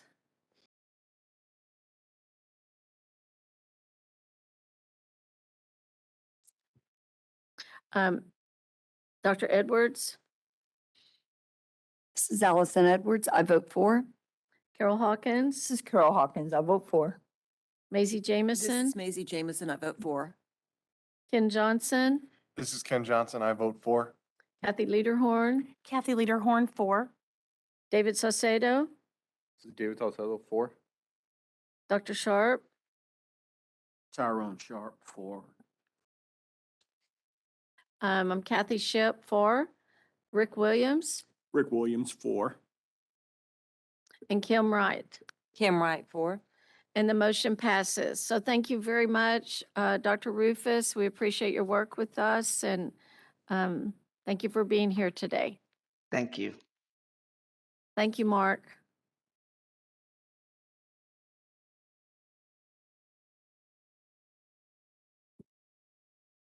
Let me go.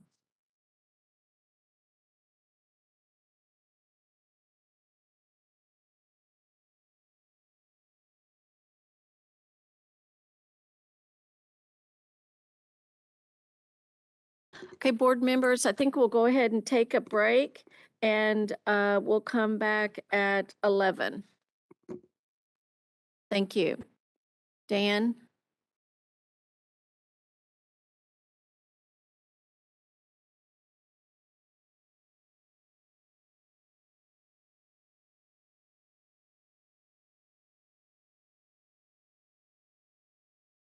Mm. Okay. Okay.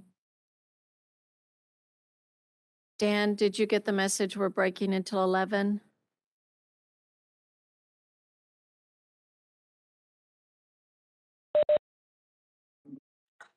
Okay, thank you.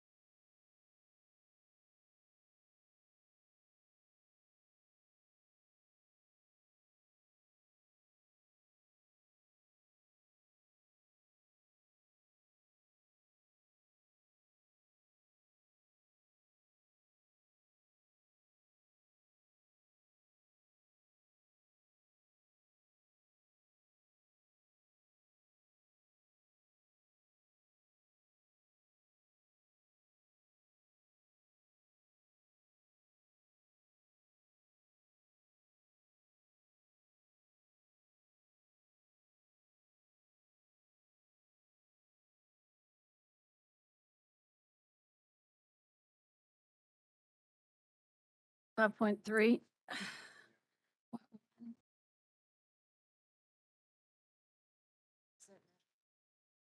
Yeah. Okay, welcome back. Next on the agenda, under agenda item 5.3.1A is report on National Council State Board of Nursing annual meeting to be held August 17th to 19th, 2022 in Chicago.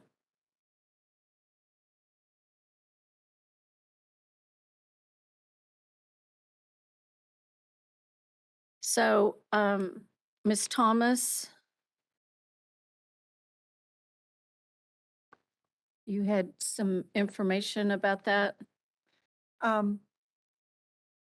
Board members, at this time, after discussion with President Shipp, the delegates for the meeting will be, excuse me,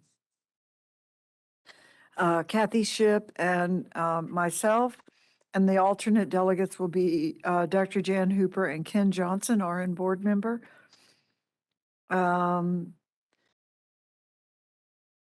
The meeting does, the summary of key issues is described in the very beginning of the attachment to this report. The strategic initiatives for 2023 to 2025 will be considered by the members. There'll be 2 exam user members added or proposed for the membership's decision, and they are the College of Registered Nurses of Saskatchewan and the College of Registered Nurses of Alberta in Canada. The slate of candidates will be presented and their credentials and explanations for their credentials are attached. And then the RN test plan and the PN test plan will both be voted on by the members at this meeting. In addition to that, there will be some education sessions and there will be meetings of the presidents and meetings of the executive directors during this meeting. There is an opportunity for another board member to attend, and President Shipp is going to speak about that. And there is a vaccine mandate for anyone who's appearing in person, and that's the 2 doses of the mRNA vaccine or 1 dose of the Johnson & Johnson vaccine. So I'm happy to answer any questions that you may have. What I've tried to do through the years is to give members an opportunity that have not had an opportunity to attend either a mid-year or a annual meeting. And so I've checked with some members that have not attended a meeting to see if they could do that. And Carol said she could not at this time, and Maisie said she could not at this time. And so Rick is checking his schedule to see, and then hopefully Carol and Maisie can go next year for a mid-year or annual meeting. And usually we don't take an extra one, but I just asked Mark Myack if our budget could do that, and we could try to get more people to go mid-year.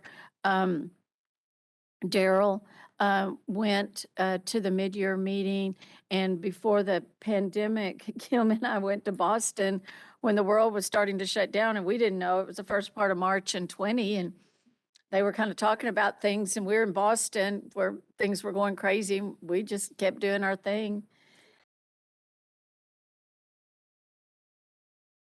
Are you on? Yeah. Okay. You did what? I flew on the flight back. I sat by a guy who was actually in Wuhan and just gotten back to the States after the shutdown in China. Oh.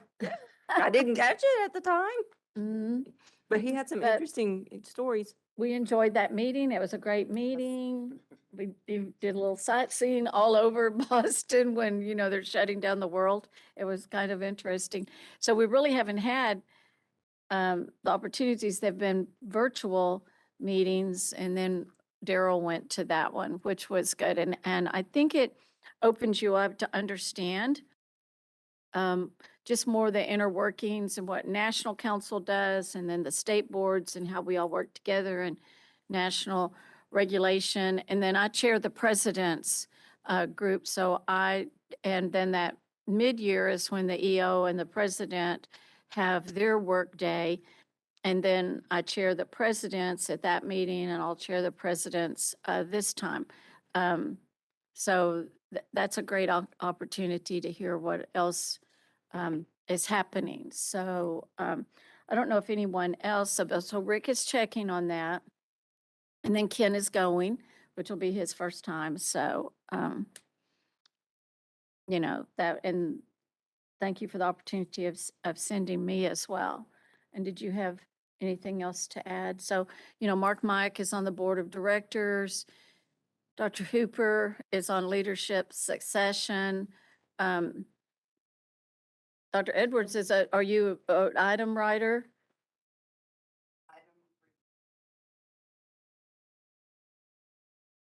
Mm-hmm. Okay. Mm-hmm.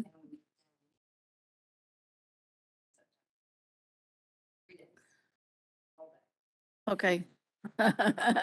Next week and then the other time. And I think Dr. Sharp, and I sent to Ken and to Dr. Sharp that they've asking for more. And I think that Dr. Sharp, did you apply for that? So, okay, so she's telling you, she's telling you that you do put in some time, and we appreciate it. And that's where our NCLEX questions come from. And then, of course, this is also the time this meeting we will vote on that new NCLEX that comes in with clinical judgment questions next April, which all schools are gearing up for.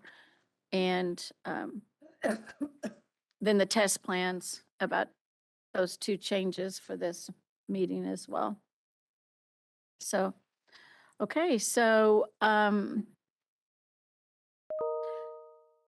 so I need a motion for this. Get back to it.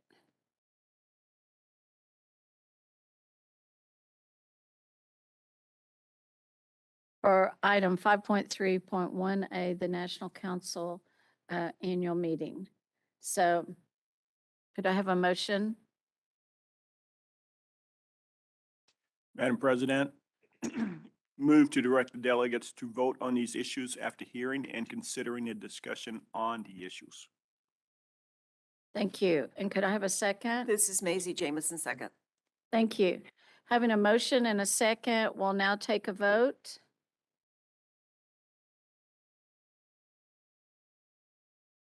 Dr. Edwards? This is Allison Edwards. I vote for. Carol Hawkins? Carol Hawkins, for. Maisie Jamison? Maisie Jamison, 4. Ken Johnson? Ken Johnson, 4. Kathy Lederhorn? Kathy Lederhorn, 4. David Saucedo? David Saucedo, 4. Dr. Sharp? Tyrone Sharp, 4. Kathy Shipp, myself, 4. Rick Williams? Rick Williams, 4. And Kim Wright? Kim Wright, 4. Okay, the motion passes. Thank you. So we'll move on to the next agenda item is 5.3.2, Texas Center for Nursing Workforce Studies Advisory Committee. It's an information only. Ms. Thomas? Board members, just a reminder that nurse licensure fees fund the Center for Nursing Workforce Studies. The staff work really well with our staff. We were able to be part of the NEPIS review, which is the nursing education survey that's done every fall, and that'll be done again in October of this year. This particular meeting did not consider reports, which happens at a lot of these meetings, but the staffing studies go out this year, and as a matter of fact, they went out in mid-April, and they will be collected and analyzed in the coming months. There's also this month workplace violence grant presentations from the last group, and they were very interesting, I thought. And then The new grantees have not been announced yet, but we meet again in October of 2022. The center applied for and was accepted to present 3 poster presentations at the Forum of State Nursing Workforce Centers. The first one that they presented was an innovative model for didactic and clinical learning experiences. This was collaboration between Kate Campbell on their staff and Virginia Ayers on our staff, and that was really well received. We shared our experiences here in Texas. And then the second poster was using survival analysis to measure the influence of workplace-related factors on nurses' likelihood of leaving the profession in Texas. So this was a very preliminary type study, and it was done by the Health Statistics Center there at the Department of Health State Services. And then the last poster was expanding the role of nurse practitioners to improve the geographic distribution of primary care in the state of Texas. It was also done by staff at the Center for Health Statistics. This coming session, it was announced that TNA and THA will focus on workplace issues in this coming legislative session. And I'm happy to answer any questions about the Center's Advisory Committee. Any questions, board members?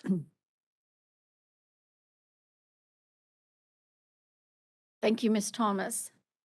So at this time, that was information only. And at this time, we'll move on to 5.3.4, which is report of joint agency meeting between the Texas Higher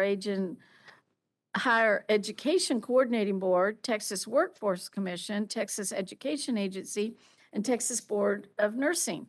Dr. Hooper, good morning. Good morning, President. Good to It's see you. wonderful to see you all in the same room, not Yes. just on my computer face. Yes. So I'm happy to be here. I want to say a couple of things related to things that Kathy has said. She talked about us working remotely during the pandemic. And when I came into the office on March 13th, Friday the 13th, my supervisor, Kristen, said, go home, you're going to be working at home. This was never anything that I wished for, but we went home. I want to say that Kathy's leadership in helping us all convert to remote working and the facilities that were available with IT staff made it really work well. In fact, I think we have all learned to be extremely productive at home and probably giving the board more hours than we ever had before. And it's been great. So Kathy also really worked at keeping contact with everyone, having meetings online, and trying to maintain the spirit that we had of working as a team. That was very, very important. There's not a day that I'm not in here, my 2 days a week, that I don't see Kathy, and she'll drop in to chat.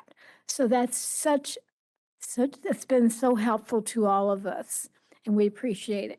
The other thing is at NCSBN, I'm on the Leadership Succession Committee, and I would encourage you to go to those meetings when you can and to learn about how you can serve that organization.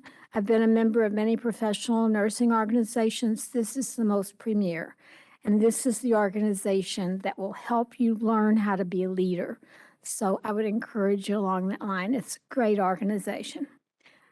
I have a couple of reports. I guess I'm going to be directed to both of these.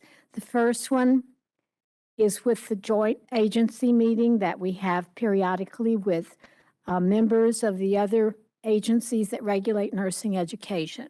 Texas Higher Education Coordinating Board, Texas Workforce Commission, and we more recently invited the Texas Education Agency to our meetings since we're now seeing more interest in dual credit and really promoting students early on to learn where they want to go with their professions. So this is extremely helpful to us. We've been doing these meetings since about 2008 in order to eliminate duplication among our efforts. And we have learned a great deal about how each one of them regulates nursing education from their perspective so that we don't duplicate, but we're working together. We had a meeting on June 27th. We meet twice a year from 1 to 2:30. We have gone to virtual meetings. And I have to tell you that the agencies really appreciate these meetings. In fact, the number of people that come increases. They tell their colleagues, and then they want to join us, and we invite them to come. We do learn about turnover in their agencies. We establish contacts that we can call when we need information, ask questions, and let them know what we are doing that's new. When we meet, we usually have an update from each agency. We hear about what changes may have occurred during the legislation or in their rules that affect education of nursing. And it's just been a great experience. So our next meeting will be in December. We already planned that ahead. We start setting it early on, set an agenda, and they're very good meetings. Do you want me to go into 5.3.2 or 3.5? There's no action on Yes. either of these. So the next agenda item, Texas Workforce Commission Healthcare and Nursing Apprenticeship Stakeholder Workshop held at the Omni South Park on June 30, 2022. Dr. Hooper. Yes, this is a little longer report, but I think you'll find it interesting. We have been invited when the apprenticeship opportunity programs came about, housed at the Texas Workforce Commission, to be a part of the workshop and then to begin to activate how we can have an apprenticeship program. This meeting was held on June 30th at the Austin South Hotel. They've changed the name of it, South Park Hotel. It was an all-day meeting. This was the second of 2 all-day meetings. The first was March 30th, and then we had a virtual meeting on May 17th. Julian Alvarez is a commissioner representing labor at the Texas Workforce Commission, and he has been the leading force in this. He does come to the meetings and welcomes participants, but the facilitation has been done by Dr. Sarah James at San Jacinto College in Houston. And she's very familiar with nursing education, which has been helpful. From the beginning, they have been very respectful that we have rules and requirements in our rules for nursing education, not to overstep those. They knew of the DEX originally. In fact, in working up their evaluation tools to use for the apprenticeship programs, they have used DEX as the objectives. So this has been amazing to me. The attendance at both of these all-day meetings was somewhere between 100 and 200. They have not given us a list, so I haven't been able to really count people, but we usually engage with the others at tables where we share ideas and talk about how we can activate this. This apprenticeship funding is coming out of the Federal Department of Labor. So we didn't learn about the specific requirements that the Department of Labor makes for apprenticeships until this last meeting. And they're quite rigid, so this was a little bit of a shock. When we met and discussed, there were representatives there from nursing education programs, from healthcare facilities across the state, from Texas Higher Education Coordinating Board, Board of Nursing, Texas Education Agency, and of course, TWC. The Department of Labor requires 2,000 hours for an apprenticeship. And when I learned that number, I realized that was not a possible number with the way that we do nursing education. So I had to keep an open mind in thinking about how this might work. Dr. James did put together 2 models that she showed the group using vocational nursing and using associate degree nursing and RN to BSN. For some reason, I'm not sure if BSN is included in this possibility, but I don't think they would close the door. The model for the vocational nursing added one more year to their education, which may not be attractive to very, very many students to add extra time. And the model for the associate degree also adds time and imposes quite a bit of overtime and extra things you have to do. But they're very respectful that we're not going to change our rules. And somehow, Dr. Janes actually worked it all into her models. And as I started thinking about it, our education programs have a number of tracks in them to the same degree. And those tracks have different approaches to the same education. So I thought it would be possible, thank you, for a program to develop an apprenticeship track and incorporate their regular education and requirements into it, but add on the apprenticeship itself, which gives a nurse extra training and preparation for entry to practice. And if that were done, if a program developed a track, it would be a major curriculum change. It would not be a new program, and it would be fairly easy to get through approval and to start activating it. This plan may not be for everyone, but that's my suggestion that we do it that way. If we have any tracks suggested by programs to us, they will come to us for approval. I think it's good that we bring them to you so you can see them. And I think that when something comes to the board, they more or less approve it and agree with it. So it kind of officiates what is happening. So that's how I'm hoping this will go. These meetings were really tremendous. They were exciting to think of new innovation in nursing education. And I know in my professional life as an educator and a researcher and now regulation, I finally reached the pinnacle. In the literature, it has said for years, over 30 years, that we need new ways to teach clinical practice. So I'm glad to see this as one way, and I'm also glad to see the partnerships that are going on between education and the practice area, setting up internship programs within their education program. Those are also really good plans. We need some new models. I did learn that the sponsor of the apprenticeship program would have to be approved by the Department of Labor, and there is an application to fill out. It can be either a hospital setting or a school. So it can be either one that has to be the sponsor.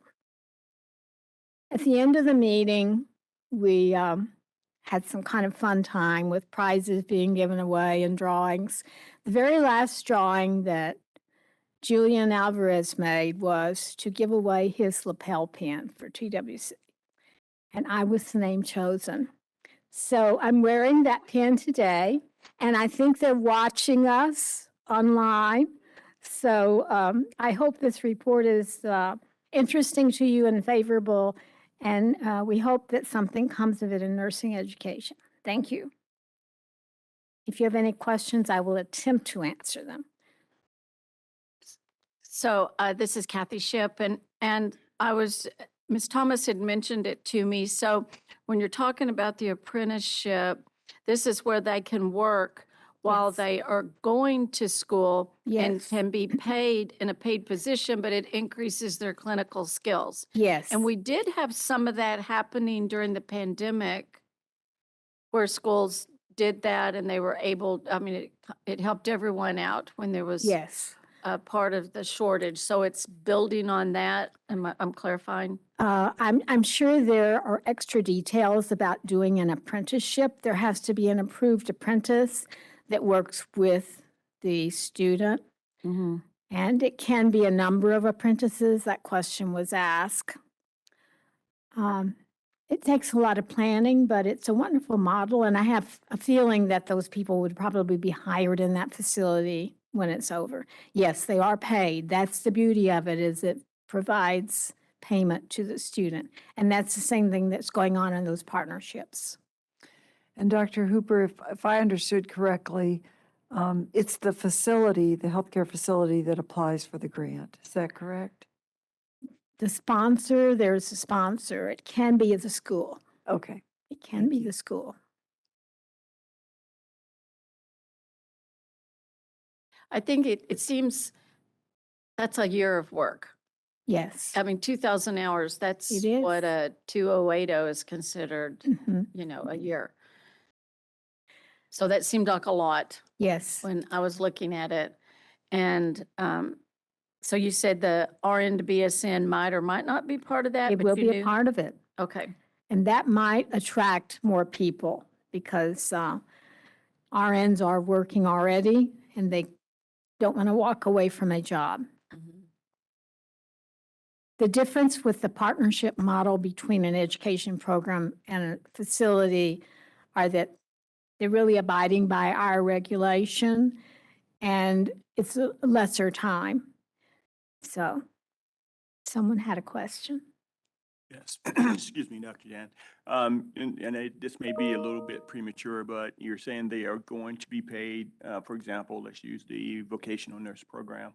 Have they established the type of pay that would be given? Because obviously, if there's someone wanting to enter the nursing field, if they can be paid something that would, allow them to Yes. kind of continue their life. It would be a salary.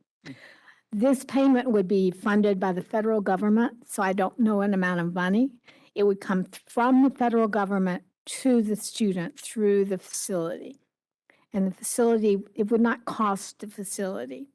So they would have an apprenticeship serving them, but they wouldn't be out money for it. Madam President, this is Kathy Lederhorn. Dr. Ayers, this has come up quite a bit in my world recently because student teachers are now, there's a huge push. Yes. It's caused quite the ripple effect because some that go this track, it's longer hours than your traditional student teachers. The apprentice or your supervisor, it's not like a typical, like for us, it wouldn't be where the nurse instructor was right there with you. It was more like a conference period kind of thing.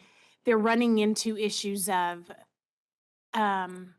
no, you're an employee first and a student second. And then my only fear, and I've long since gotten past, usually I'm like, well, we didn't do it that way. We were slave labor. We did, I've gotten past that now to see that there are new ways of doing things. My only hesitation is that, speaking as an LVN, that I'm going to go through a 2-year program versus a 1. Yes. Why would I choose that and not just go ahead and get your RN? Because you're not going, I think it fixes the immediate. I don't necessarily know that it fixes the long term. And I feel that employers will jump on that. It's not their money. They've got another basically FTE. And so I just fear for students' safety that they're going to get into situations. And then you have a traditional nurse clinical, and then you have the employee nurse clinical. And, then I didn't get that educational opportunity. And this one will say, well, you got Those paid. are all the details that would have to be thought out and worked out. Okay. Thank you. Sure.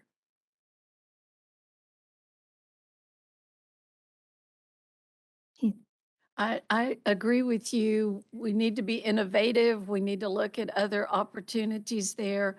I think I've seen on a larger scale, more simulation in education and less hands-on.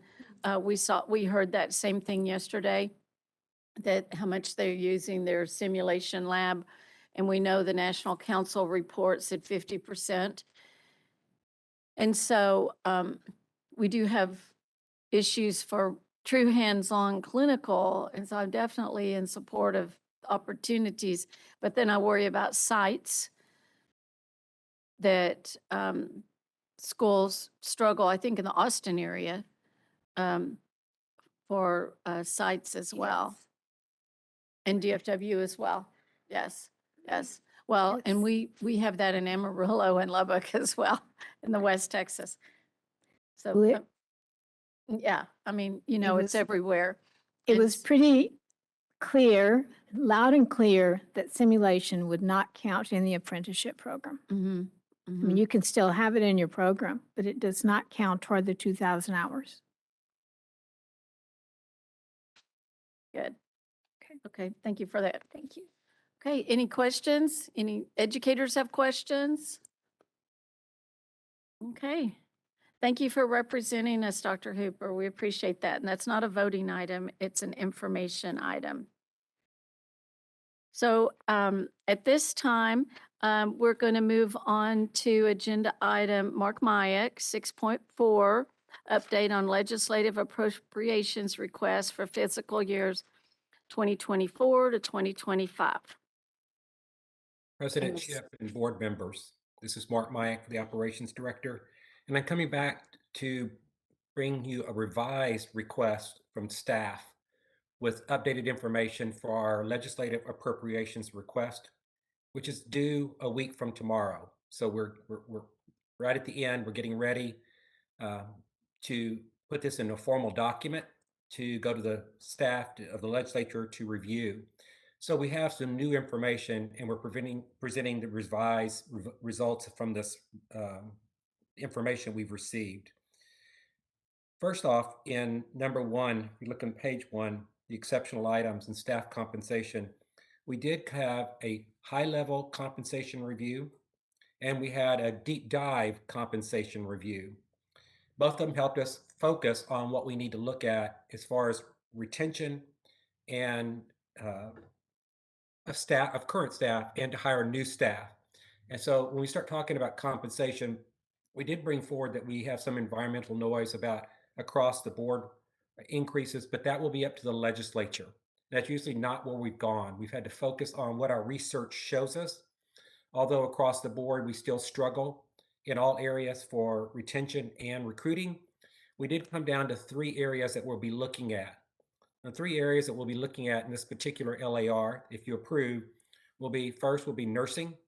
And when we start talking about nursing retention and hiring, it's both in enforcement and in nursing. So it's in both areas. We have RN investigators, and we have obviously the RNs that we have in our nursing staff, both practice and education.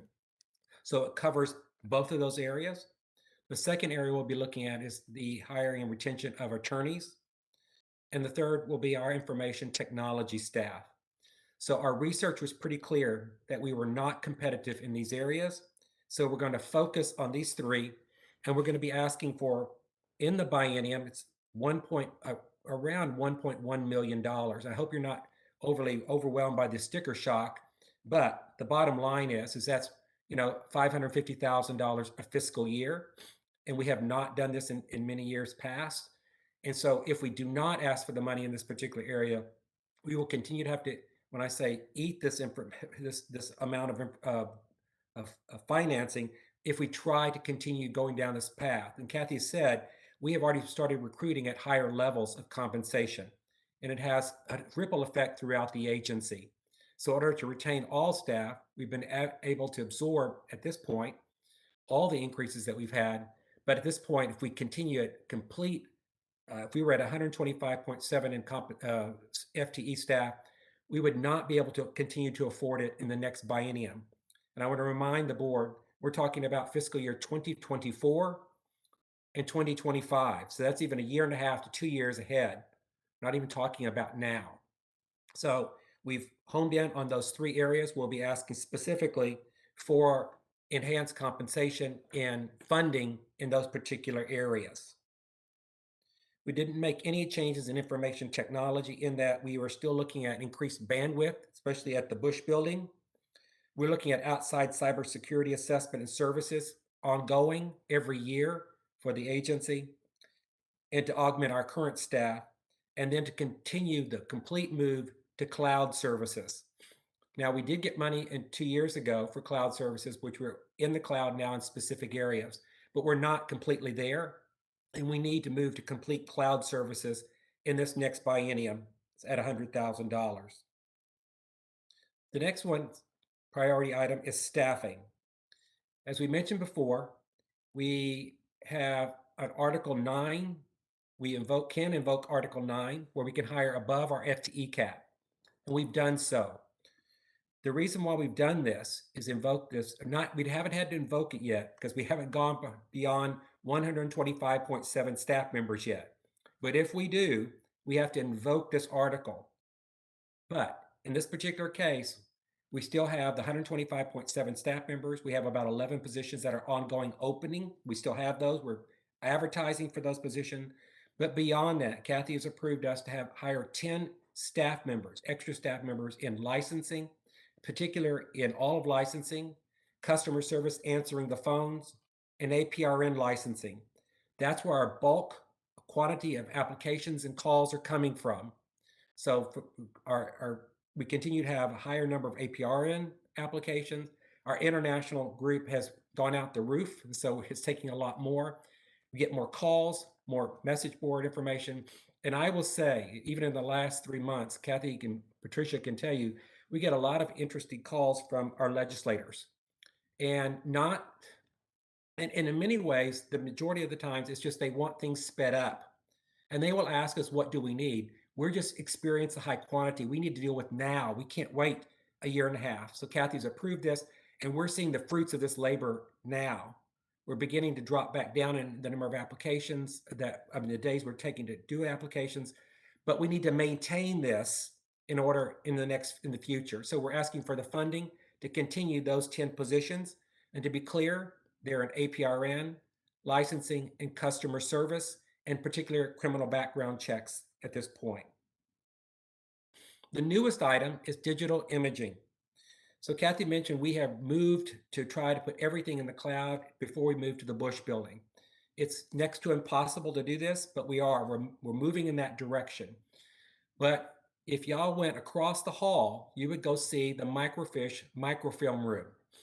We dominate that room for the Board of Nursing.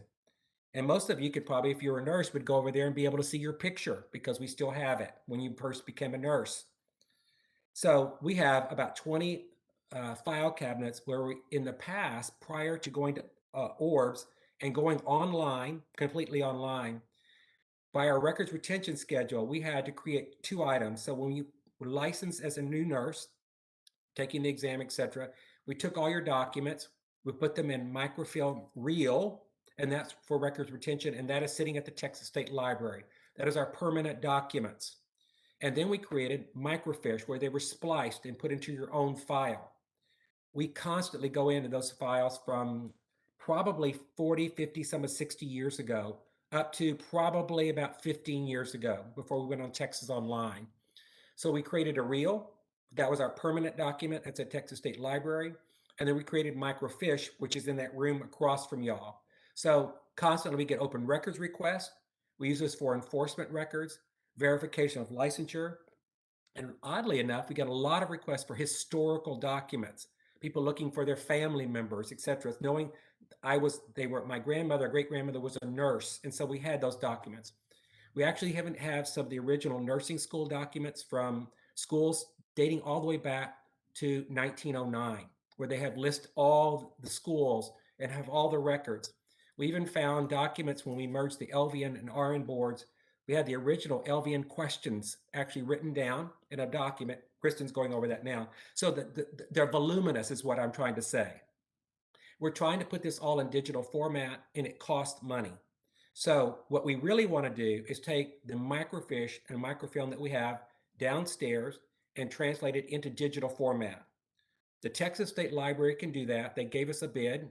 There's 2 challenges. One is the cost was, you can see it was over $750,000. So you're talking about 5.5 million records. So Kathy was talking about, we really felt great at getting 200,000 records on, and it's taken several months to do that with temp services coming in constantly doing that. But the state library has limited resources, but they have come with the bid, and they're a state agency, so we wouldn't have to go out for a bid, but they've come up with the bid.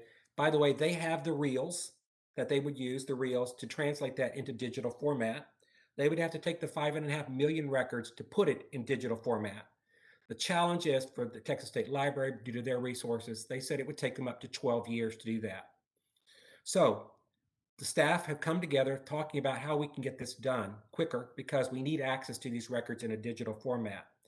If some of you, Kathy, President Shipp, you probably remember when we went to see criminal background checks for all nurses.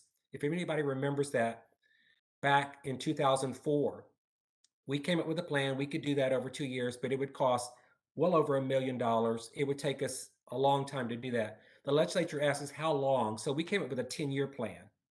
That was back and we were able to do that in 8 years. So staff thought about this and we thought we could do a combination of state library and a private vendor and get this done in 6 years instead of 12 years. We do need to get this done at this cost of $750,000. So we took the two, combined them and said, okay, if we get this done in 6 years, how much would it cost us?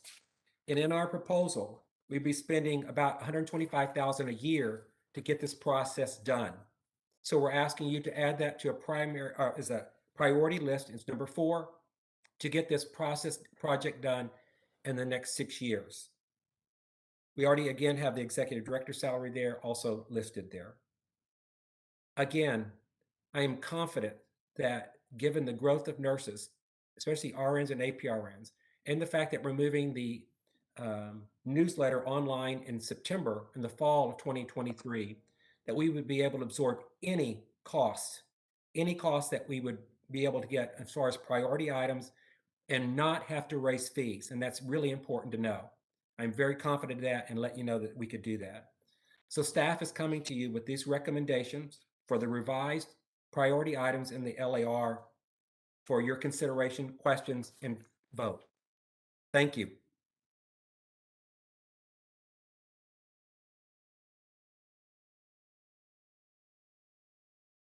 Madam President, may I ask a question? Mr. Mayak, on the microfiche, even though we transfer them to the digital format, will we still retain and store those? We would plan on shredding those and getting rid of those documents because we have this, the originals are on the reels. We have to keep the reels for records retention. And then of course the backup will be our digital.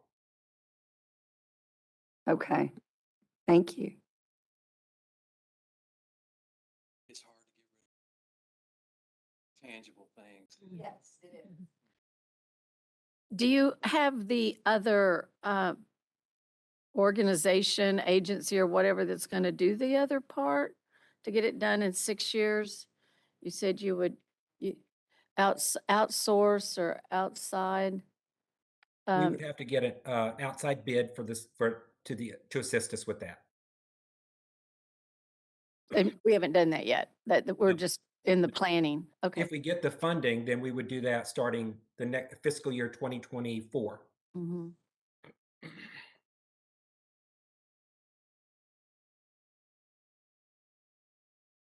And so on Kathy's salary, we're in group 5 now, correct? That is correct. And President Schiff, we do expect that report early fall that we use specifically for the LAR. So we expect that in the fall. Okay. And they'll understand that when this goes to them that we don't have an amount because we're waiting on that? Yes, ma'am, that's correct. Okay.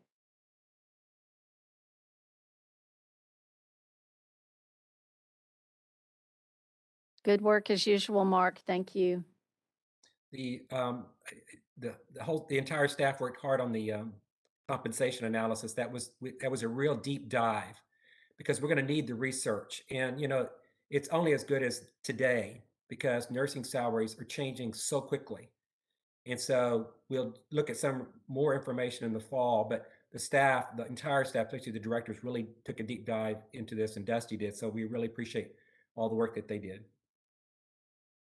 Madam President, I just had one question, and you probably addressed it, or would it not be cheaper versus the $769,000 to hire FTEs, or is that just takes too long? Is that what the problem is? The FTE right now, what we're doing, the IT staff could not do this because we don't have the hardware or any of the Gotcha. the equipment to do so. And that's what's the that's taking a long time with State Library because their equipment is, as they said, it was somewhat outdated, whatever, but they can do it. It's just going to take them time. But we couldn't hire IT staff to do it because we don't have the equipment.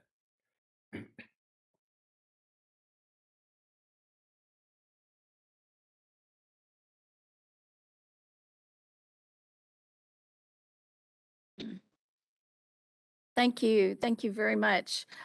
Members, does anyone have any more questions of Mr. Mayak? Okay, could I get a motion on agenda item 6.4? Madam President, Ken Johnson, I move to accept staff recommendations for the list of prioritized exceptional items for the 2024 and 2025 legislative appropriations requests as revised, which includes the current 2022, 2023 base funding. This is Allison Edwards. I'll second. Okay, great. Thank you.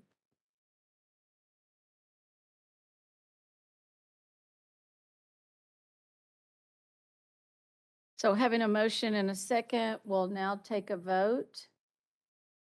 So Dr. Edwards, Allison Edwards, I vote for. Carol Hawkins, Carol Hawkins, for. Maisie Jamison, Maisie Jamison, 4. Ken Johnson, Ken Johnson, for. Kathy Lederhorn, Kathy Lederhorn, 4. David Saucedo, He was also a 4. Dr. Sharp, Tyrone Sharp, 4. and I'm Kathy Shep for Rick Williams Rick Williams, 4. and Kim Wright. Kim Wright, 4. Great, thank you. So the motion carries and again, Mark, make sure you tell everyone how much we appreciate all the work for this. Thank you. We'll look forward to that analysis. Thank you. Okay, so we have to be back for open forum at 1. It's about 7 till 12. So we probably should break for lunch now. And we just need to be back in time to start open forum at 1. Okay, so we'll break. Thank you, Dan.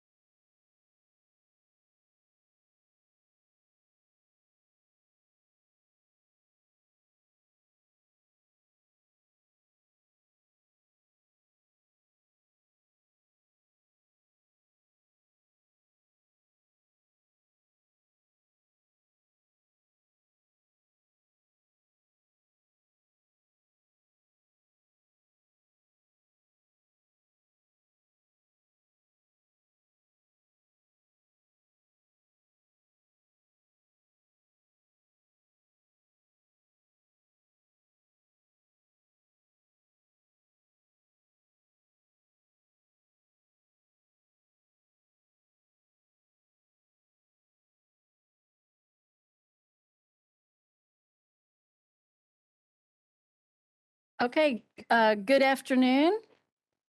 The time is 1:02, and I will call this meeting to order for the open session. Good afternoon, ladies and gentlemen. On behalf of the board, I'm recognizing this time as the beginning of open forum. Normally, this is an opportunity for the public to voice observations and opinions about the regulation of nursing, the approval of nursing schools, and/or nursing practice issues which fall under the purview of the agency. We welcome ideas or recommendations about issues in nursing practice or education.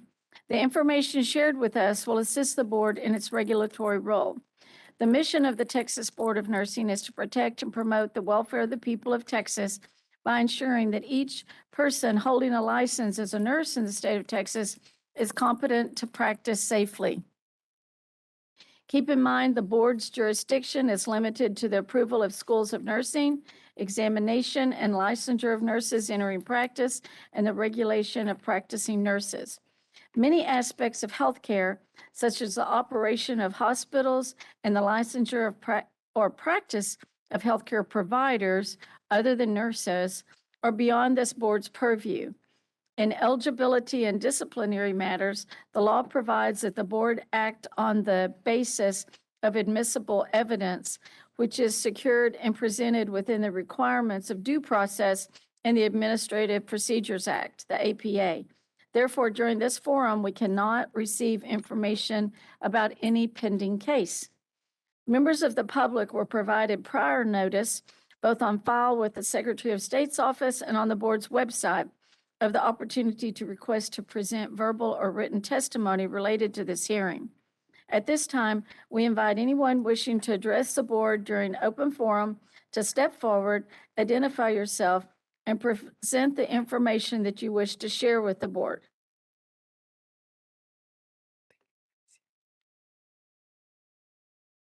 Is there anyone that is coming forward?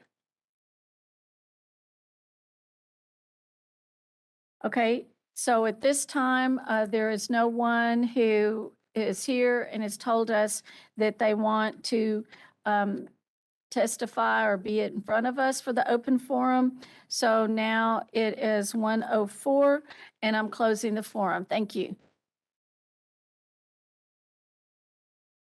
Okay, so at this time, we will do a Texas Peer Assistance Program, TPAPN, Texas Peer Assistance Program for Nurses Quarterly Report for the third quarter. Ms. Dawn Webb is going to talk to us. Good afternoon. You too. Thank you for being here.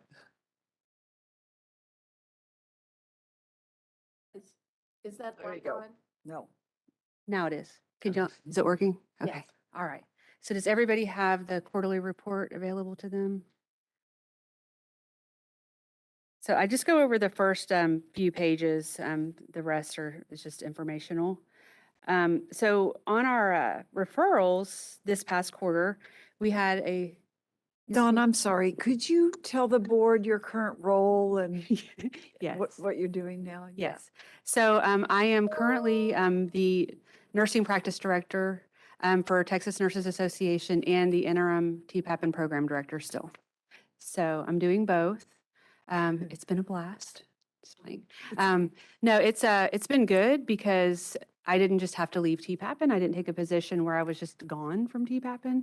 So I've been able to be there and help maintain and support the program and help look for a new program director, which we have a couple interviews tomorrow. We had 3 strong applicants. So we do have a couple interviews for the program director position tomorrow, and we'll see how it goes. So it's promising, which is very exciting because it's been a few months. So it'll be nice to get that position filled. And it's really good to be there to support the team and again, support that new program director and just kind of make sure that all the work we've done in the past 3.5 years continues and hopefully excels. I think it's always great to kind of get somebody new in with fresh ideas. So, all right. Anything else? Okay. All right. So on to the quarterly report. Referrals were good. They increased by 36. So 166 referrals. That increase was an increase in board orders by 10 and an increase by third-party referrals from the board by 20. So thank you. That's very, very helpful. And kind of as a consequence of the increased referrals, we have our pre-enrollment agreements signed by nurse type has increased as well, up by 10, and participation agreements signed is up by 16. So what I've seen just in the trends over the past, when referrals go down, our overall number is affected because we have more people complete and graduate the program than we have people bringing in. So it continues to decline. So as our referrals go up, our overall participation number should start to go on the on the incline. So that's what I'm hoping to see. So we're excited, you know, to see what the future holds with that. Yeah. A couple things just to point out on page 2. The second section where we have the statistical information, all active cases throughout the quarter. And we started to calculate that because we want to know exactly how many nurses we work with in the quarter, not how many we're working with on the last day of the quarter. So we look at how many people we have on the first day of the quarter and how many referrals we got during that quarter and put those numbers together to get the actual number of nurses that we are working with during that time. And in this quarter, it was 650, and that was an increase by 16, which again, that's a really good sign. Another thing that I wanted to point out, the participants employed in nursing by nursing type, that stays about the same. So the second to last section on participant completions by nurse type, we had 5 more successful completions, which is always good. Then on page 3, on the drug testing section, we've always looked at our excused and missed drug tests because that's just a really important piece of the monitoring is that we're getting all of those random drug tests and not excusing a lot. And we went down by 50 in excusing drug tests. Last quarter, we had excused 81, and this quarter, we only excused 31. And the actual missed drug test went down by 34. So that's very promising. So that's really nice. And that's something that we've just really tried to work with the case managers when we have a participant calling in saying that they can't drug test, then really trying to work with them and making that happen. So I think that that's been very helpful. I'm not going to go over pages 4 and 5 and just some updates on our progress report. On our outreach, you know, we try to focus a lot on outreach. We feel that that's how we get more referrals. We continue to do the TPAP and Lunch and Learn quarterly. We continue to do peer support partner informational sessions to try to get more people to volunteer to be peer support partners. That number has been steady for the past couple years, but we really, really would like to see that increase. We are providing a more robust peer support partner program to provide more support to peer support partners. And we do a Beyond the Workshop educational group once a month, and that's to really, we train them on motivational interviewing, and you can't just learn motivational interviewing in one sitting. So basically, they meet with Corrine, our case manager, who's the expert in MI, and they practice and they talk about it and they use scenarios and things like that to really practice the motivational interviewing skills. And that has also attracted more people to come volunteer as peer support partners because they want to learn motivational interviewing, and we're providing that. So that's just a really nice perk. We do have a quarterly peer support partner workshop. The last one we had 11 attend, and that was in April. And we did just have a recent one, and there were a lot more people there than peer support partners. So I had to kind of adjust. It was like there's a lot of CNOs there that weren't peer support partners. So I have to kind of look at that, which was interesting because they heard about the motivational interviewing. So yeah. And then some of them were in peer review, and I was like, okay, I think maybe my role got a little confused. But there was like 30 people there. At the last workshop, and probably about 20 of those were actual peer support partners, and others were pretty much CNOs. So it was pretty interesting. Corrine exhibited at the 7th Annual Cultural Inclusion Institute Conference in San Antonio in April. She went, that was something I probably would have done, but I've had a really, the TPAPN team is amazing. They've really stepped up to fill things for me, so that was very helpful. So Corrine did that. And then I did a presentation with Texas Health Frisco, the TPAPN overview back in May. So, and then our ongoing outreach is the TPAPN social media post. We have an ad in the Tonal newsletter. Those informational sessions, like I mentioned, in the educational group. Lunch and learns are quarterly. Workshops are quarterly. And then staff development. I have made it a new training requirement for the new case managers to do the nursing jurisprudence all-day course, the Board of Nursing's course. I feel whether they are nurses or not, they should really go through that course to really give them a deeper understanding of nursing jurisprudence and ethics and regulation, since they are in a position where they're supporting nurses. So that is going to be a new requirement for all new case managers. And then we had Parkland come to TPAPN and do a training with the team on working with CRNAs, which was a really good training. The team really enjoyed it. I was not in that training with them, but I got really positive feedback from them on that. And Corrine went to New Mexico to the National Organization of Alternative Programs, the NOAP conference, on my behalf. So again, Corrine has stepped up and doing some of the outreach and stuff. So that's been really nice. Yeah, Corrine, Roland, and Katie have really just done a lot to help me with the transition. And then we have some of the funding, what we spent money on for outreach, and ensuring that we use a hub, a historically underutilized business.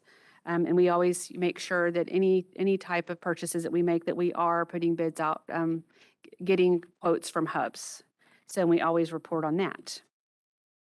So that is all I was going to go over on the quarterly report piece. Is there any questions that y'all have? Madam President, I do have a question.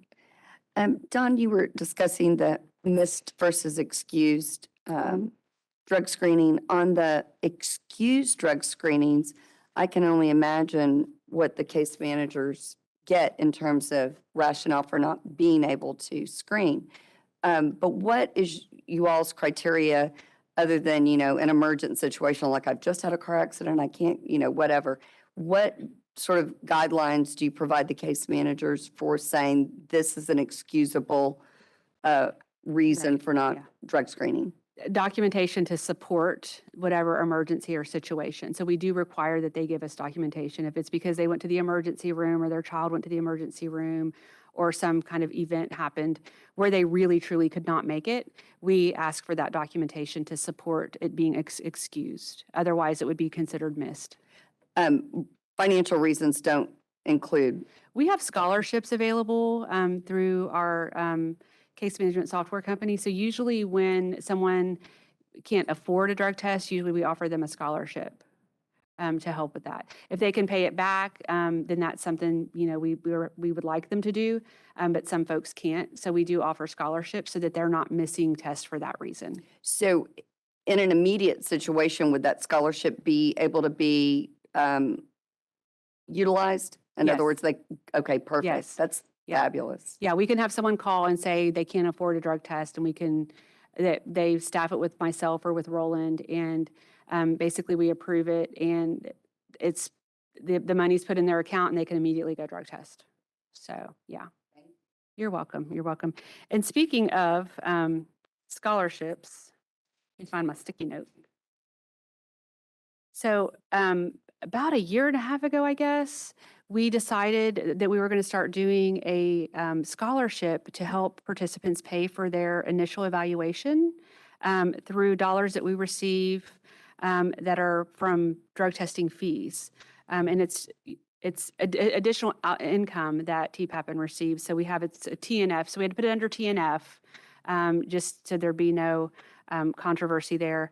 And in the last TNF fiscal year, we gave out $20,775 in scholarships for the evaluations to support nurses who couldn't afford their evaluation in TPAPN.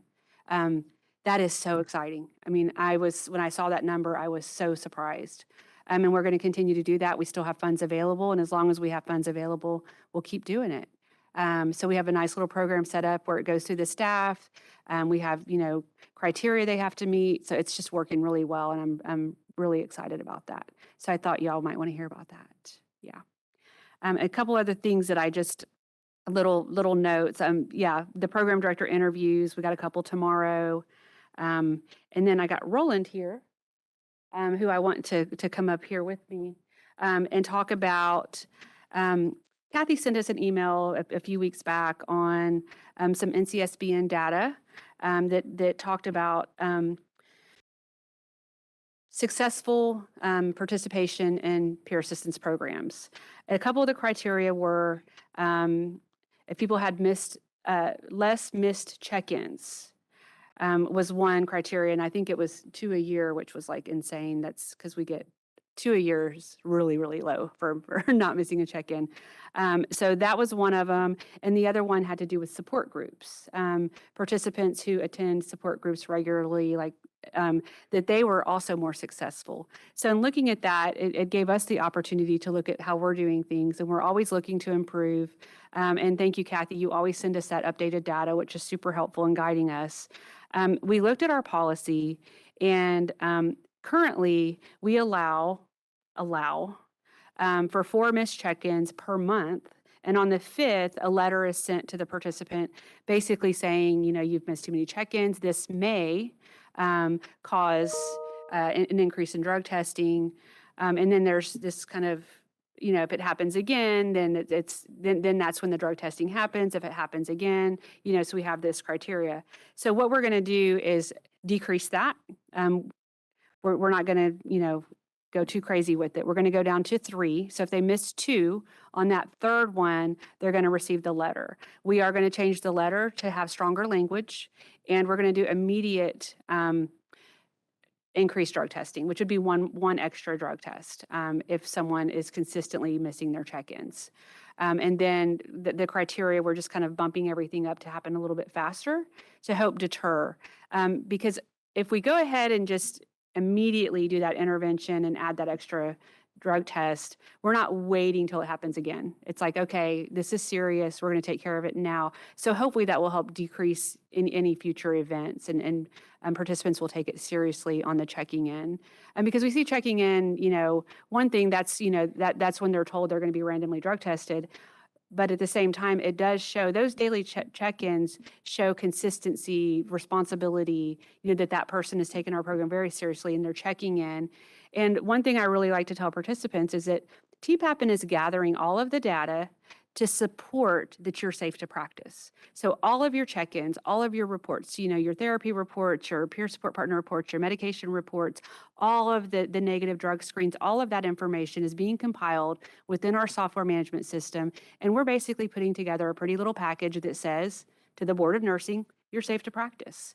So I'm really trying to get them to see the value of TPAPN versus it being a program where, I have to do this. Well, probably you do, probably it's in their best interest, but we are really providing a service that's supporting their recovery journey, and we have all of that documentation to support that. So that's something that's our kind of reframing of how the program is to participants, so they can see how valuable that service is.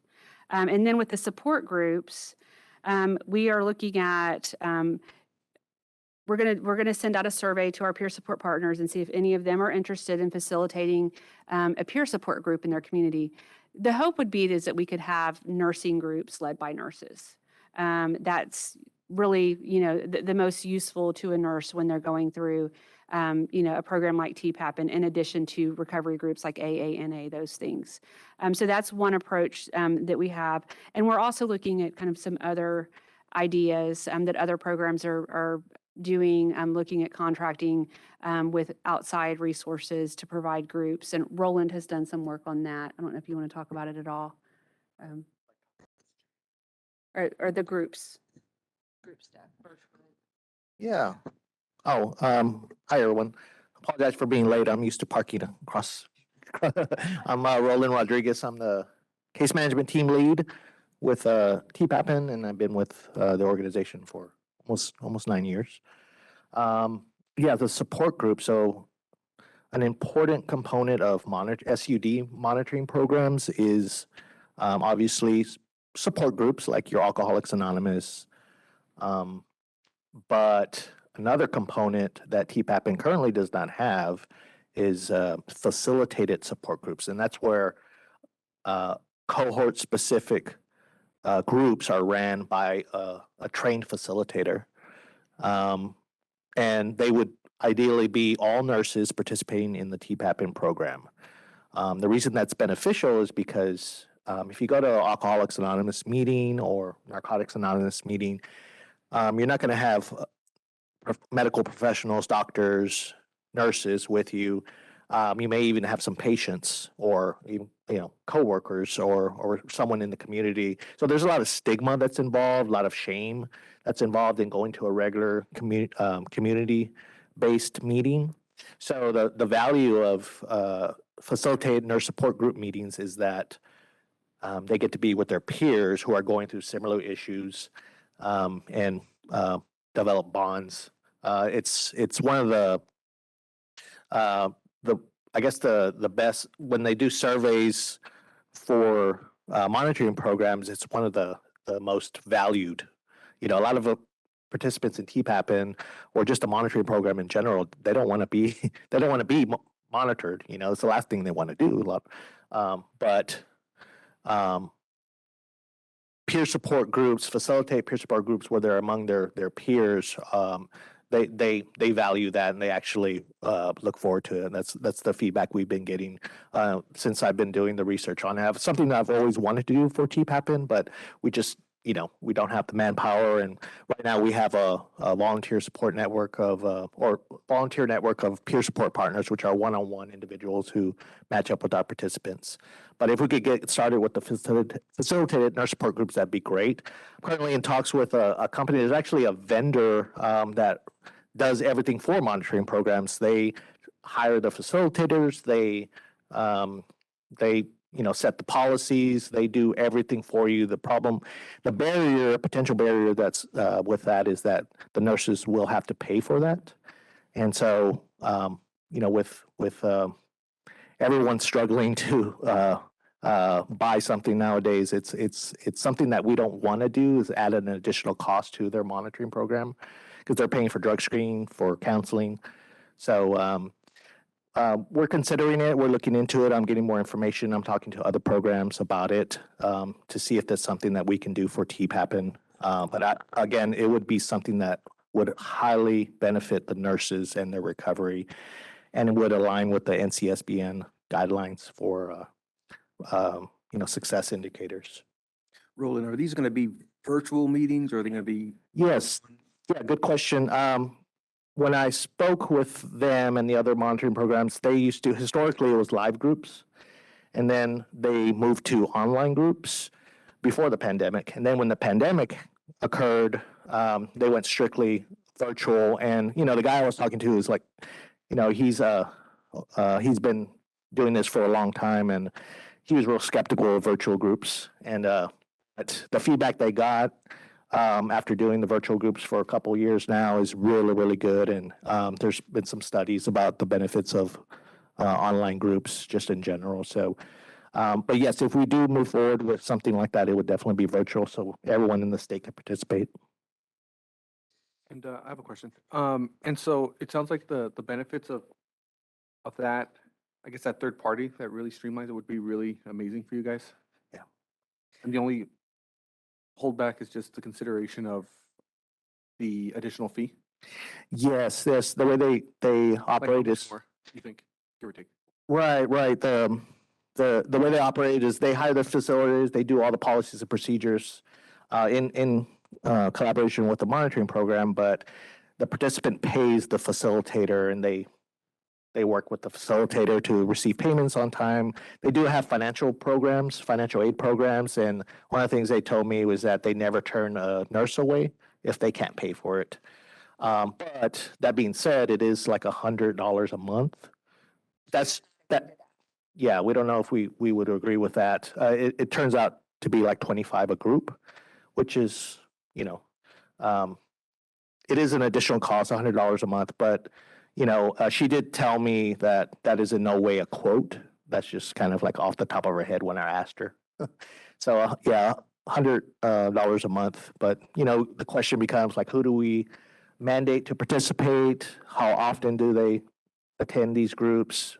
Just one of the things I'm just thinking about that is a very effective marketing campaign is that I'm sure you've seen it, like the state of Texas, where it's like if you get a DWI, it's going to cost you $10,000.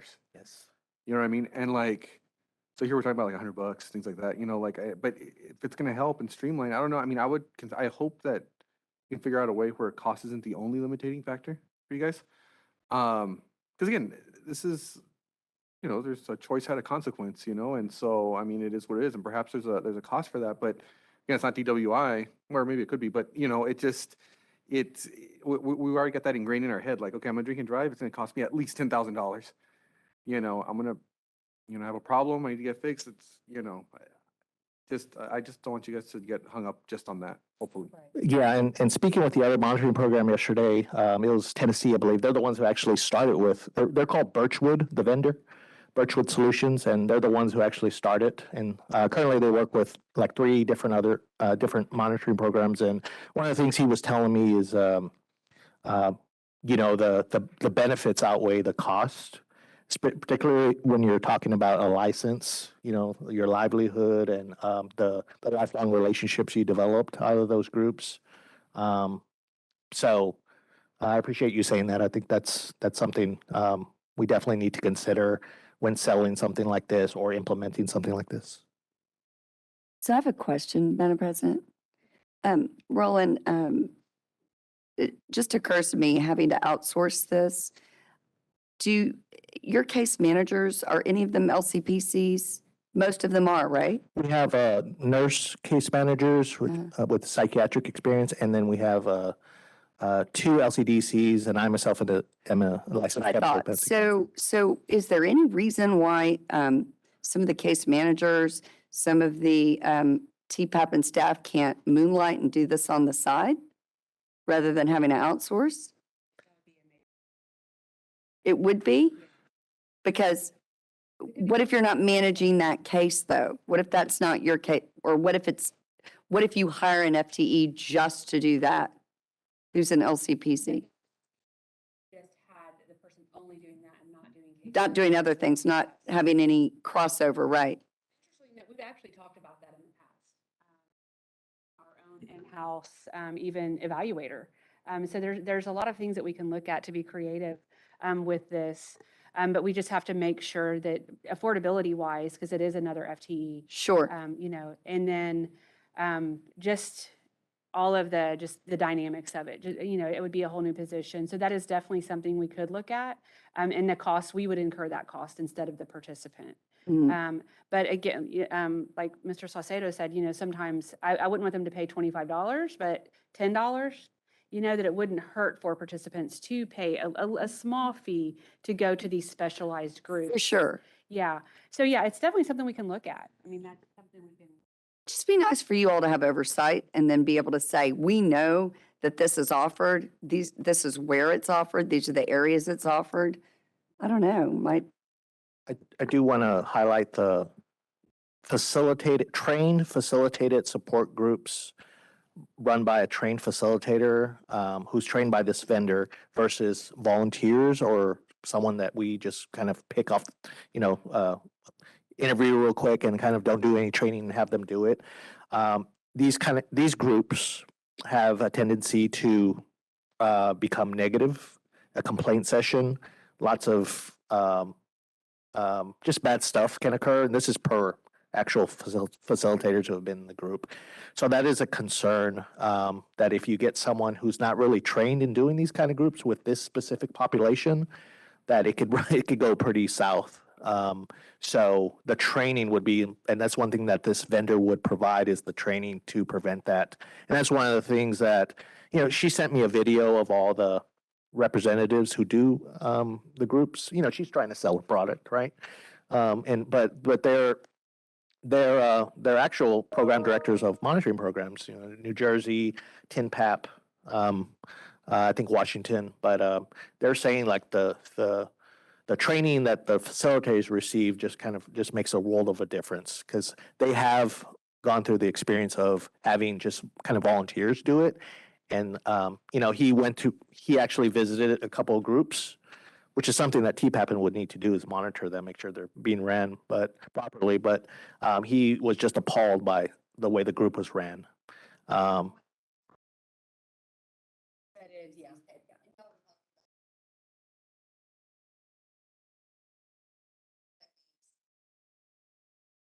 Training. Mm-hmm.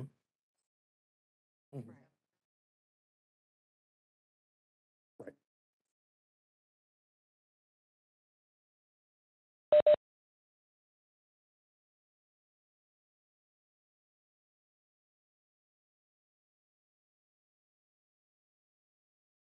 Sorry. I didn't have my, because my voice projects. I just guess I thought y'all could hear it. Thank you, Dan.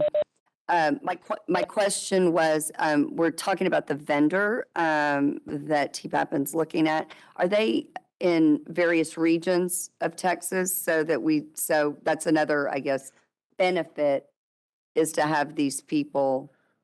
So they're based out of Tennessee, but the way it works is it's a slow implementation process. So it's not something that would happen quickly. It would be over time because they have to hire and train the facilitators. So they would basically put out job postings based on what we want. So do we want RNs running it? Do we want LCDCs? Do we want LMFTs? Do we want, that kind of thing, psychologists? So, they would hire them and work with them. I just wonder which would be more cost effective and easier for you all to manage, looking to an outside vendor or hiring maybe a regional FTE. Yeah, and that's a good point. And I appreciate that feedback because that's, any ideas are helpful and we really appreciate that.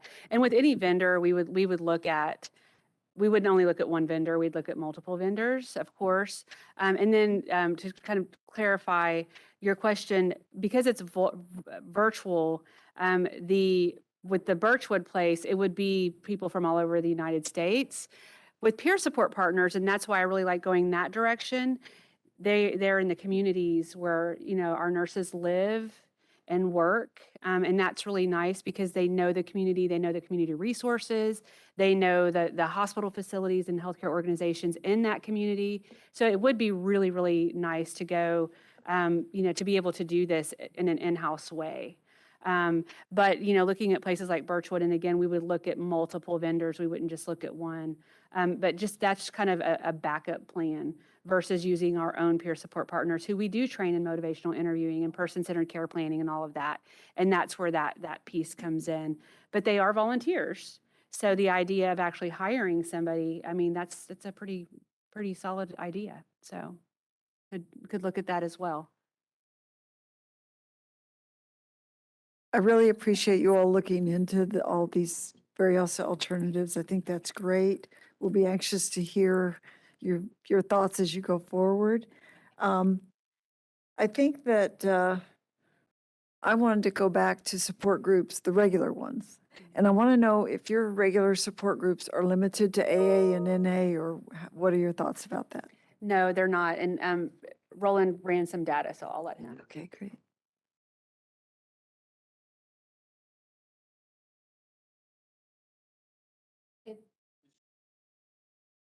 There you go. Flip. She's playing a prank on me. We have a pretty broad definition of recoveries, and it's one of the things we want to tighten up actually, is we have a broad definition of support groups. Not aside from facilitated support groups, just support groups in general. So right now, the wording in our contract is recovery support activities. And so to answer your question, yes, we definitely do allow groups outside of AA or Alcoholics Anonymous Faith-based groups are accepted. Now, it can get a little, we do have this kind of policy that is in their handbook that where it starts talking about activities such as yoga, alternative, I think Native American, I believe the wording is drums, and so they, body healing, I think is one of them. So they take that and they can, so they take that and they can say, hey, can I do, it says here I can do yoga, can I do that 4 times a week? And so the problem with yoga and exercise is how do you document that? So there's a lot of, there's not a lot, but there's a few concerns that come with that. And so that's one of the things we're looking at is tightening that up and looking at that definite, that policy that we show participants and maybe making it a little bit more in line with the NCSBN. Well, Roland, how did that come to be initially anyway, these alternative? I believe in 2018, when we were rewriting our policies and participant handbook, they found that definition, I believe with the SAMHSA. I wasn't a part of that, so don't blame me. Well, I don't necessarily think that, exercise and some other things are. Well, so no. We do want people to do those types of things, but that would be more in addition to an actual, recovery support versus, just that. Yeah. Right. Yeah. There's a chapter in the book written by Dr. Olson. The book is The Opioid Epidemic.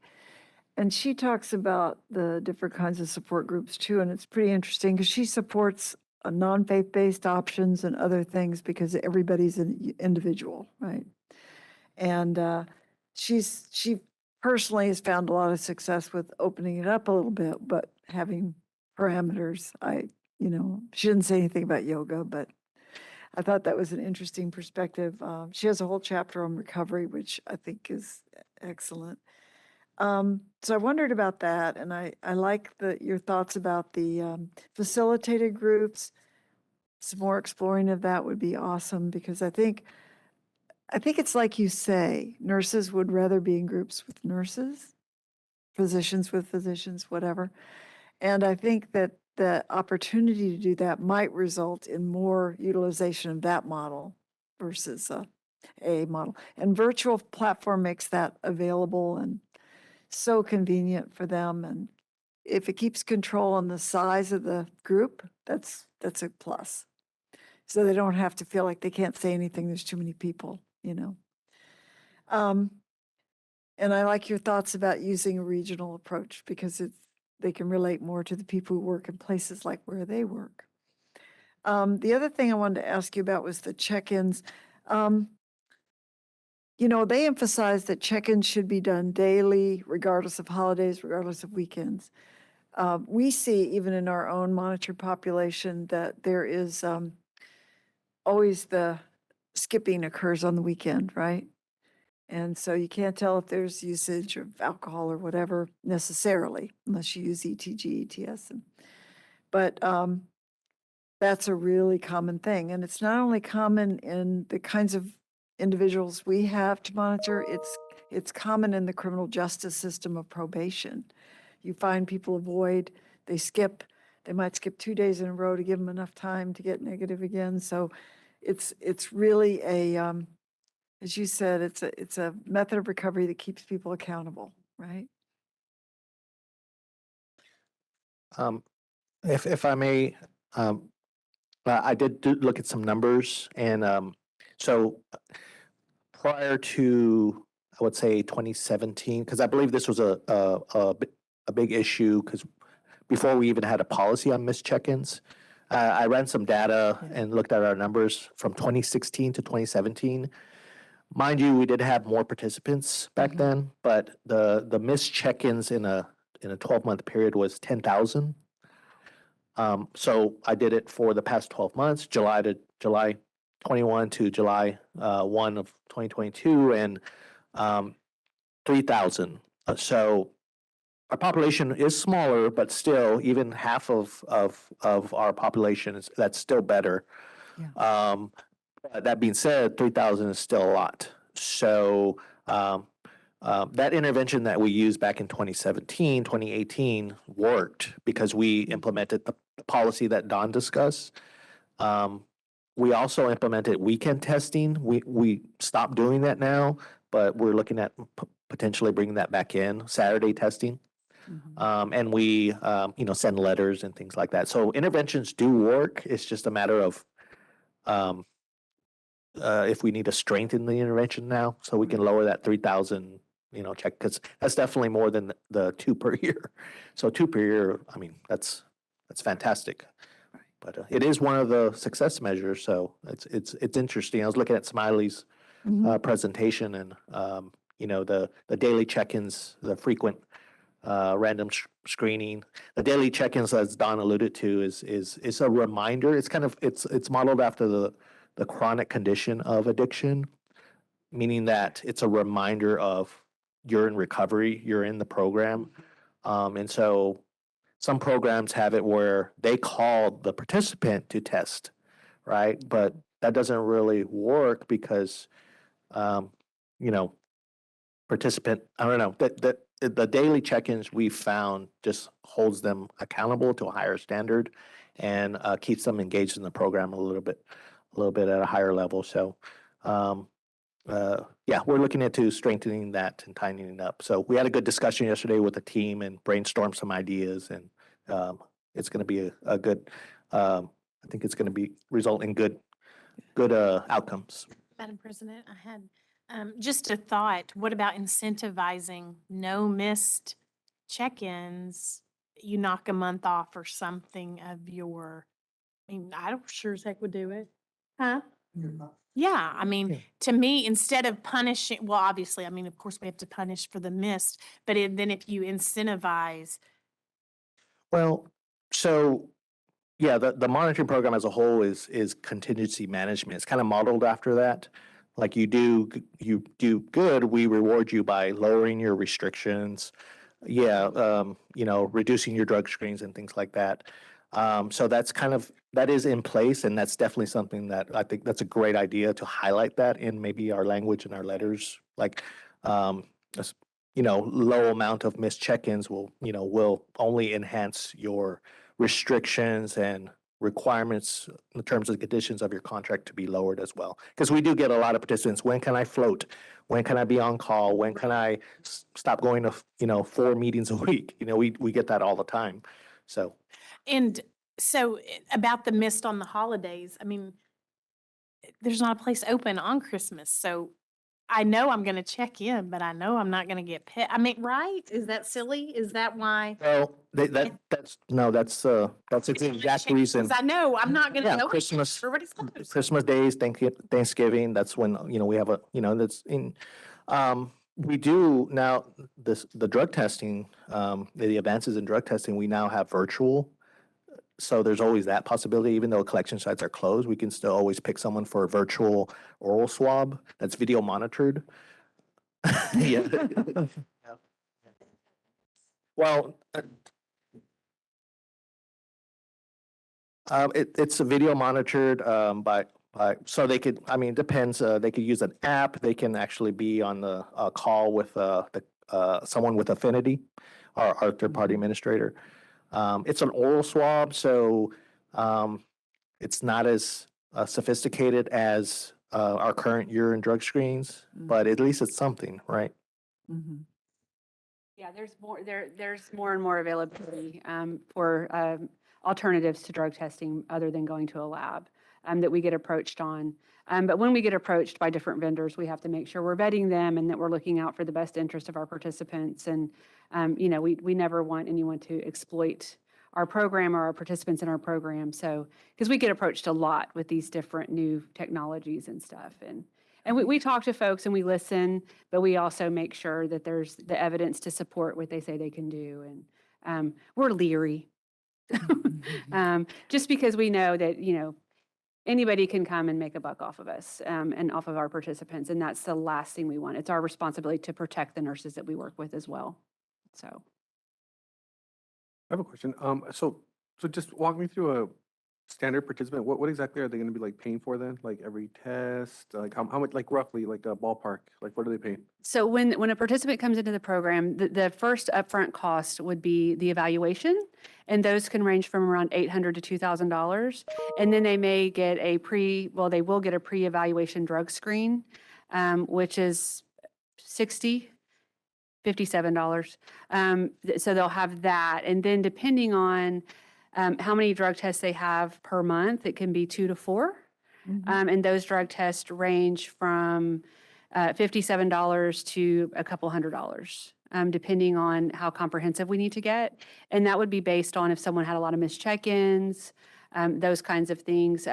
Like during COVID, we had a period of time where nurses didn't, labs were closed, everything was shut down. So there was a period of time, a couple months where drug testing was just not happening hardly. So we did a lot of comprehensive drug testing after everything kind of started to open up, and those tests were more expensive, but they didn't have the 2 to 4 times a month at $60 during that period of time. So there was the opportunity to kind of accumulate money to pay for those more comprehensive tests. So I would say that upfront evaluation, $800 to $2,000, and then drug testing can cost anywhere from about $120 to $180 to $300, but probably on average, I'd say more around like 180-ish. And the 800 to 2,000, that's what you guys take directly, and then the drug No. test pays directly to the third party?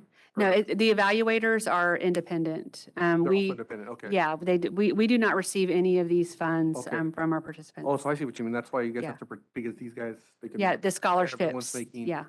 $1 here. Yeah. Okay, interesting. So, yeah, and that's why we have the scholarship fund to help support the nurses. Can the assessments be done virtually now? I mean. They are done, yes, they and that are should doing decrease them. The cost. That has helped, yes, that has helped. And we have a couple evaluators who do reduced cost for us. Yeah, so we do have a couple that'll do it for 500. Yeah, so we do have a couple folks, or they'll take a payment plan, things like that. So we have some evaluators that will So work they with go our to you and then you participants. say, hey, you're gonna pay evaluator ABC, you're gonna go ahead and pay her directly, and then you go ahead and hook up with this drug tester, we're gonna set you up directly. You guys basically, you're basically, that one nurse is setting up different accounts with different people just to stay compliant. So the drug testing is all done through the case management software. So that's just simply a check-in, and it's very user-friendly.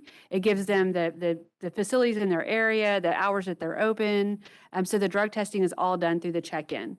The evaluators, we send them a list of evaluators in their area, and then they choose from that list.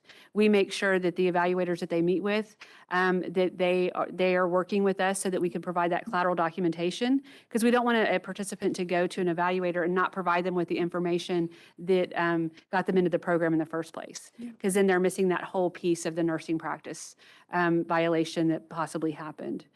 So they have options, and they can call around to the few different evaluators in their area to find out the cost and make that decision on their own.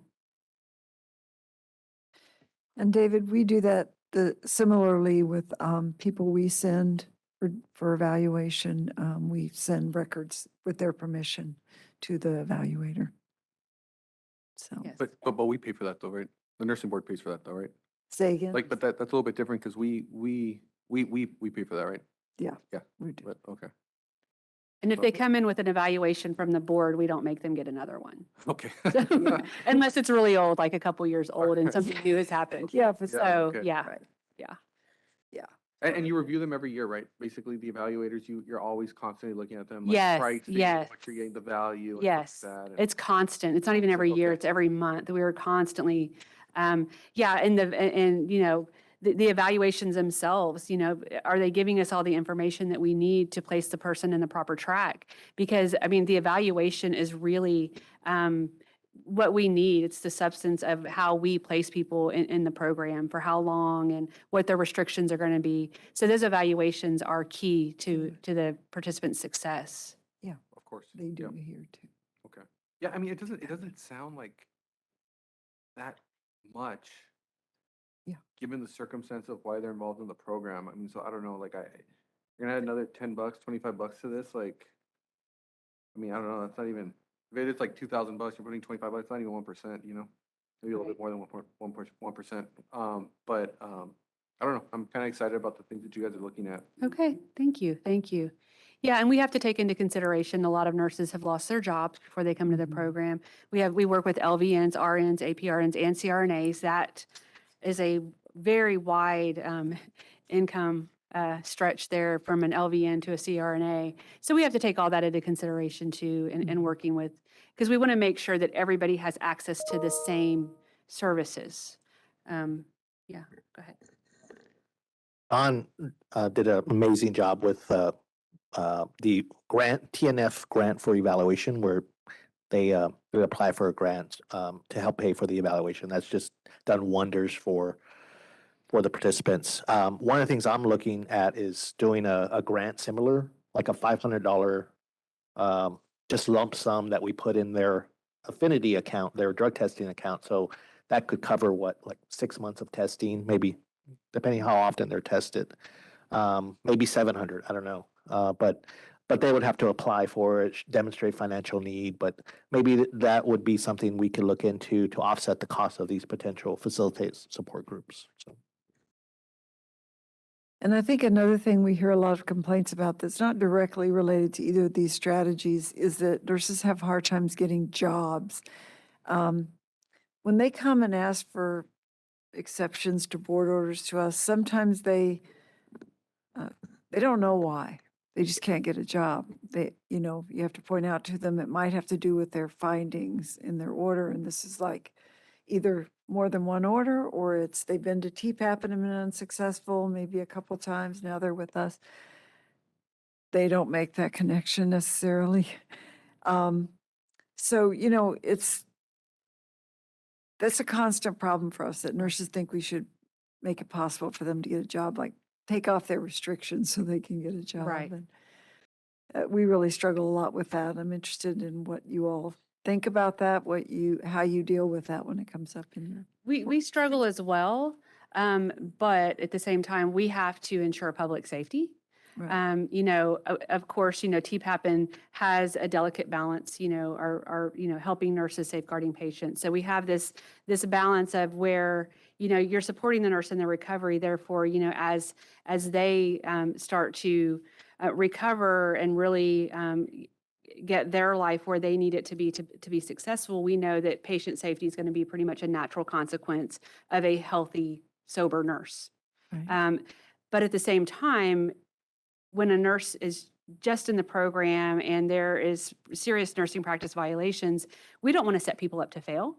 And we don't want to put them in an environment where they immediately have access to narcotics when, the reason they're in the program was for diversion and they're earlier in their recovery. And that's not just about nursing. That's anyone in recovery. You have to protect yourself. Mm-hmm. And I feel strongly that those restrictions, and I explain this to a lot of our participants, are there to protect them as well as patients. Because nursing is very stressful. And I do a lot of education around just the fact that nursing itself, should be like in the DSM as a criteria, for substance use disorder and mental health conditions. Just with the stressors of the job and kind of the rationalization of using drugs or alcohol to just function, to be at work, show up at work.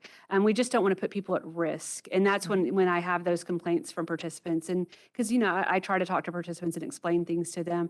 And the beauty of them protecting their nursing license, I really try to empower our nurses in knowing that these restrictions are helping you protect your own license and really focus on your recovery with minimal extra tasks at work, so that you can just focus on kind of re-entering the workforce while you're simultaneously working on your recovery. And as you're stronger in your recovery, we start to add on those extra tasks.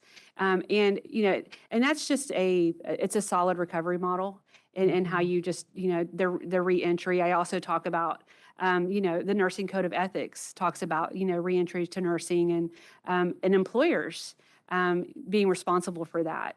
And that's something we're really missing the boat on, is that we don't have enough employers and healthcare organizations that really support that reentry into practice. And again, it's a part of the ANA Nursing Code of Ethics. So I think we need to be talking about that a lot more and how we pick and choose, from our code of ethics, what we're gonna do and what we're not gonna do. And a lot of that has to do with, just nurses, being respectful to one another, not bullying, the workplace violence, like all the things that are going on.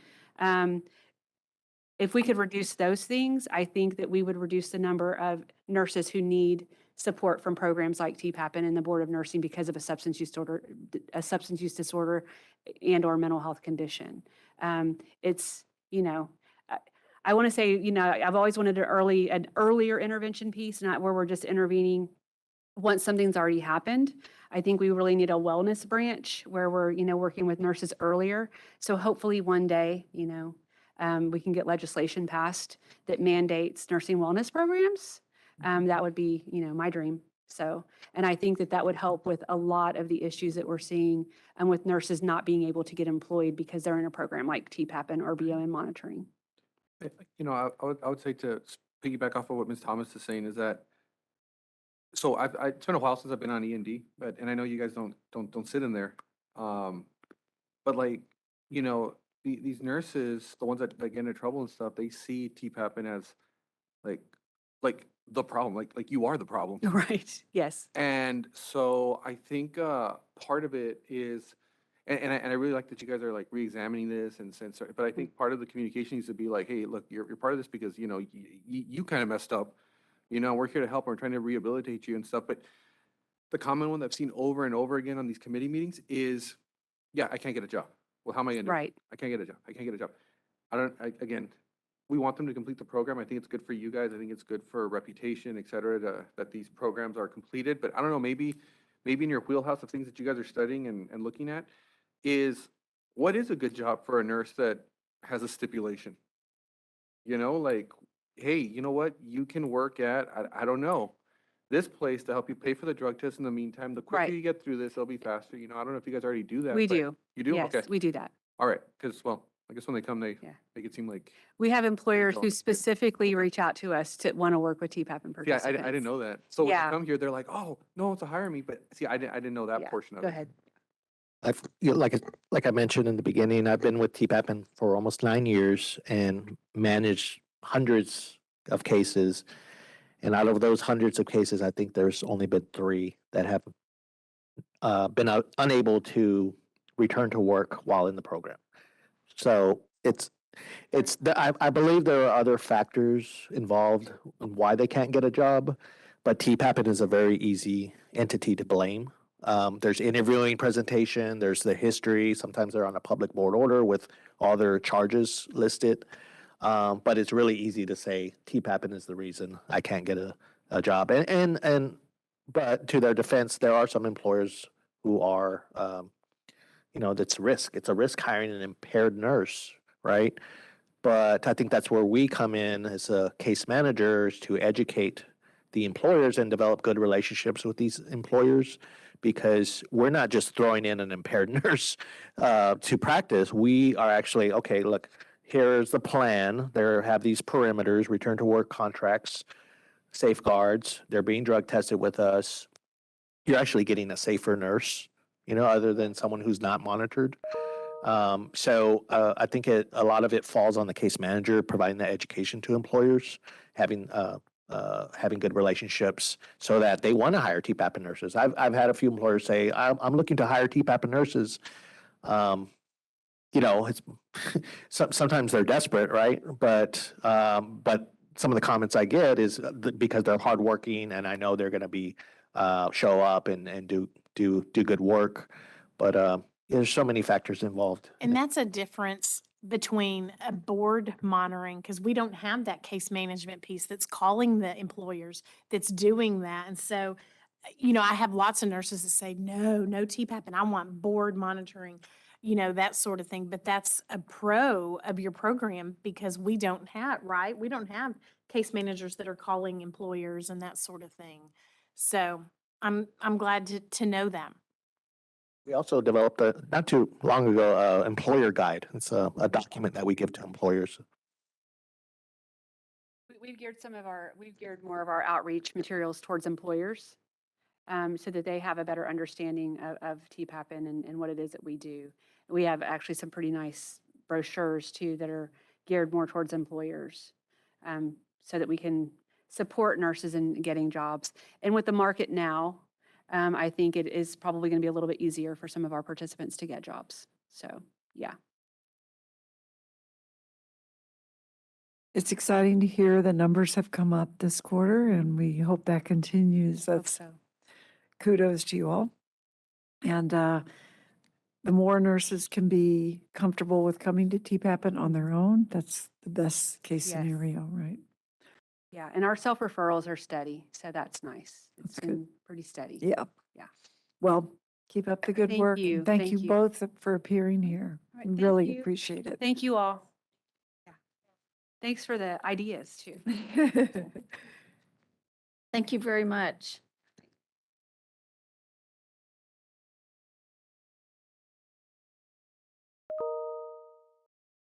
Okay, at this time, we will move to 7.2, which is a report on the April 2022 board member and staff site visit and review of the NCLEX PN, NCLEX RN examinations. And Laura Disk and Chris Benton went to that, and neither one of them are here, but Ken went to it. And Kathy Thomas has the information from Dr. Benton. Thank you. And so we'll go ahead. It's just informational. So,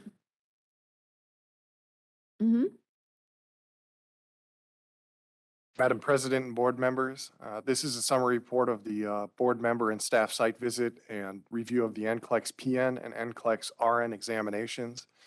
This is not an action item. On Wednesday, April 20th, 2022, board members Carol Hawkins, Ken Johnson, Kimberly Wright, Laura Disk, and staff Lisa Donnelly and Kristen Benton visited the NCLEX test site located in North Austin. The nature of the visit was to provide a lived experience of the testing and security procedures in place for examination candidates, as well as to offer the opportunity to review the NCLEX PN and the NCLEX RN exam items. The scope of the exam review was to ensure the items are consistent with the Texas Nursing Practice Act and board rules. The exam site staff were courteous and professional, and the site security measures were appropriate. Any of the other members that attended, do you have comments? This is Carol Hawkins. No comment. It was, well, I enjoyed it. It was very eye-opening, being that I haven't taken NCLEX in forever.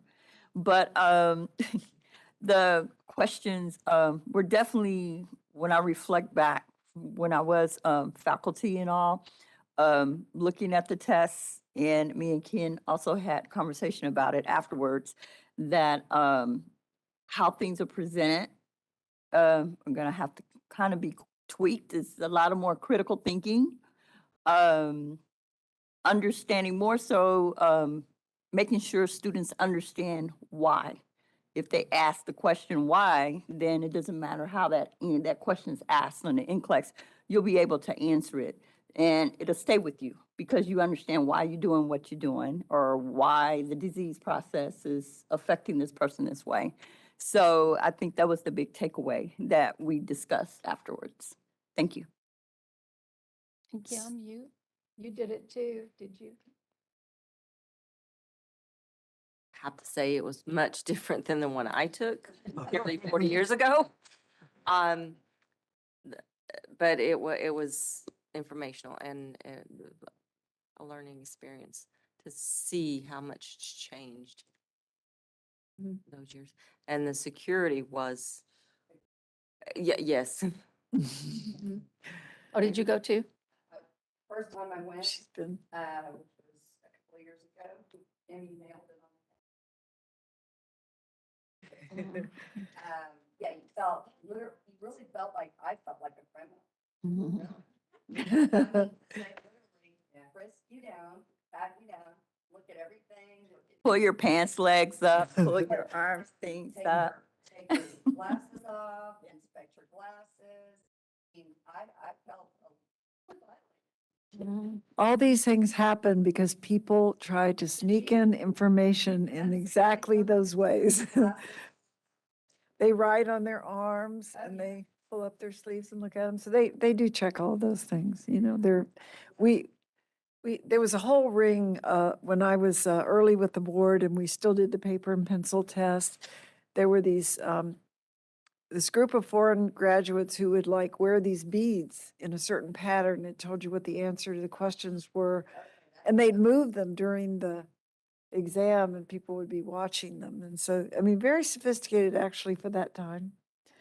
But there are lots of ways that this can be violated. So I was going to say it's different if it was on a Scantron, which is how I took mine. That tells you. Scantron, yeah. So anyway, it's, they offer this opportunity for boards every couple of years. So we get that notice and we share that with the members. So there's opportunity again in a couple of years for some of the rest of you to go, and you can just keep that in mind when we circulate that information. The goal is not to, these items have undergone extensive review before they come to this. They've shown to be effective in the testing environment. But it's not to edit the question or say, you know, there's a problem with the question. It's to make sure that the questions that are asked are consistent with your own state's laws and rules and the standards of practice in nursing, which, you know, I think this is a lot harder for other disciplines to understand, but for nurses, for RNs and LVNs, the standard of practice doesn't matter where you live, you know, it's the same standard, right? So anyway. And I did take, or reviewed two of the PN exams, and I had my Nurse Practice Act there looking through it. I only had maybe 5 or 6 questions that I had to flag. But after review, all of them fell within our scope of practice and within the Nurse Practice Act. Okay. Thank you very much, Kim. Thank you. Thank you all for that. Okay, so I think at this point, we're going to move on to 7.5, consideration of proposed amendments to 22 Texas Administrative Code 213.28 relating to licensure of individuals with criminal history, including the board's disciplinary guidelines for criminal conduct. So Ms. Abel is going to go through these with us. This will be a discussion and a voting item. Thank you, Ms. Abel. Thank you, Madam President, board members. House Bill 1899 was enacted by the 86th Texas Legislature and became effective September 1st of 2019. That bill added subchapter B to the Texas Occupations Code, and that subchapter applies to all healthcare professionals, including nurses, under the MPA. Pursuant to that bill, the board's required to deny or revoke a license under certain circumstances. The first is if an individual is required to register as a sex offender. The second is if an individual has been previously convicted or placed on deferred adjudication for the commission of a felony offense involving the use of threat of force. That finding about the use or threat of force will have to be contained in the judicial order that's issued by the criminal court. And the last one is if an individual has been previously convicted or placed on deferred adjudication for the commission of a crime committed in the course of providing nursing services to a patient, and that patient happens to be the victim of the offense. So several things have to be met there for this to apply. It's pretty specific. Under the bill's terms, an individual may be eligible for relicensure or for licensure if the conviction or deferred adjudication is reversed, set aside, vacated on appeal, or when the time period expires for which the individual's sex offender registration was originally required. So attachment A contains proposed amendments that are intended to align the board's criminal history rule with the requirements of this bill. And there's also a minor change to the guidelines, just to make sure that that's incorporated into our policies so that licensees and applicants are aware that these are statutory requirements, that are mandated that the board would have to follow in these circumstances. And I'm happy to answer any questions you might have about those.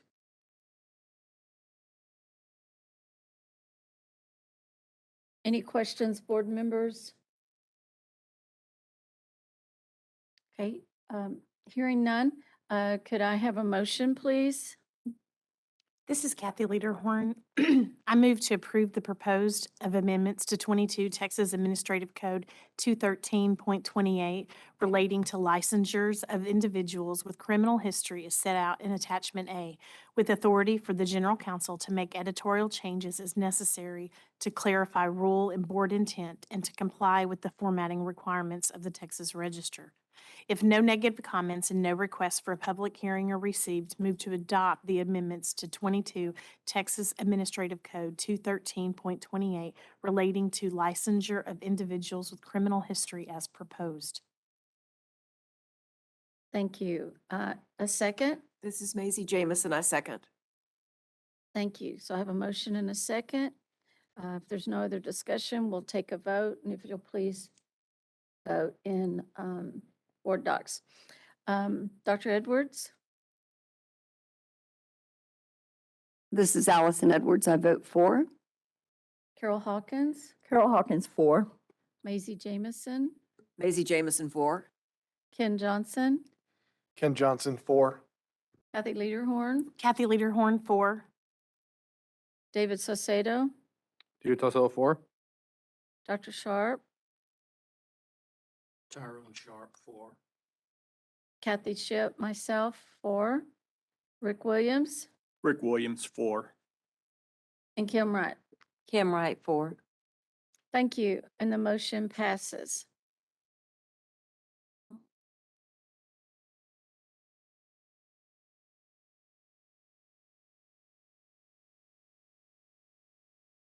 Patricia, did you get my vote? It popped up. Okay, great. Thank you.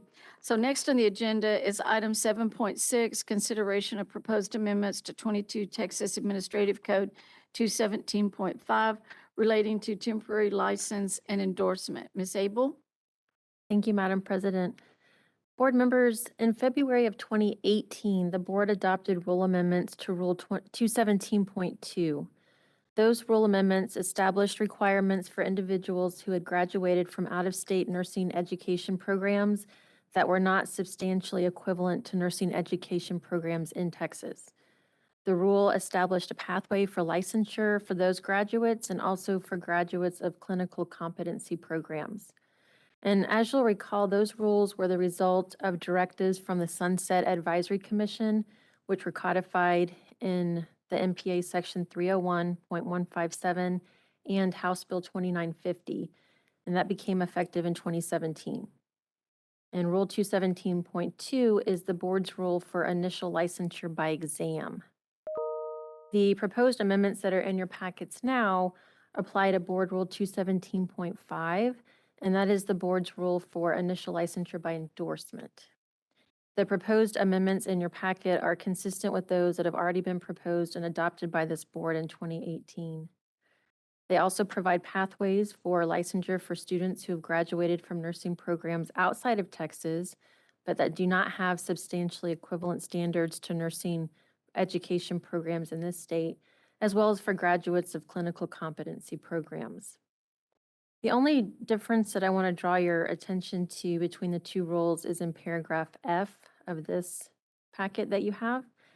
That provides an additional consideration for an applicant who graduated from a clinical competency program that's been licensed and already practicing in another state who's seeking endorsement here into Texas. For these applicants, if the clinical competency program is found not to be substantially equivalent to a Texas nursing program, in lieu of completing an additional 500 hours of clinical practice under the supervision of an approved preceptor through a provisional license issued by this board, the applicant could instead provide proof of at least 500 hours of clinical practice in a single employment setting. That way you're recognizing the fact that these particular applicants have been practicing in another state for a period of time, and you can look at that practice to determine if that would qualify for this requirement. The supporting documentation would need to be verified by the applicant's licensed nursing supervisor and would be subject to board review and approval, but it does offer another avenue for these applicants. The remainder of the requirements are consistent with, if not identical to, the provisions that already exist in 217.2.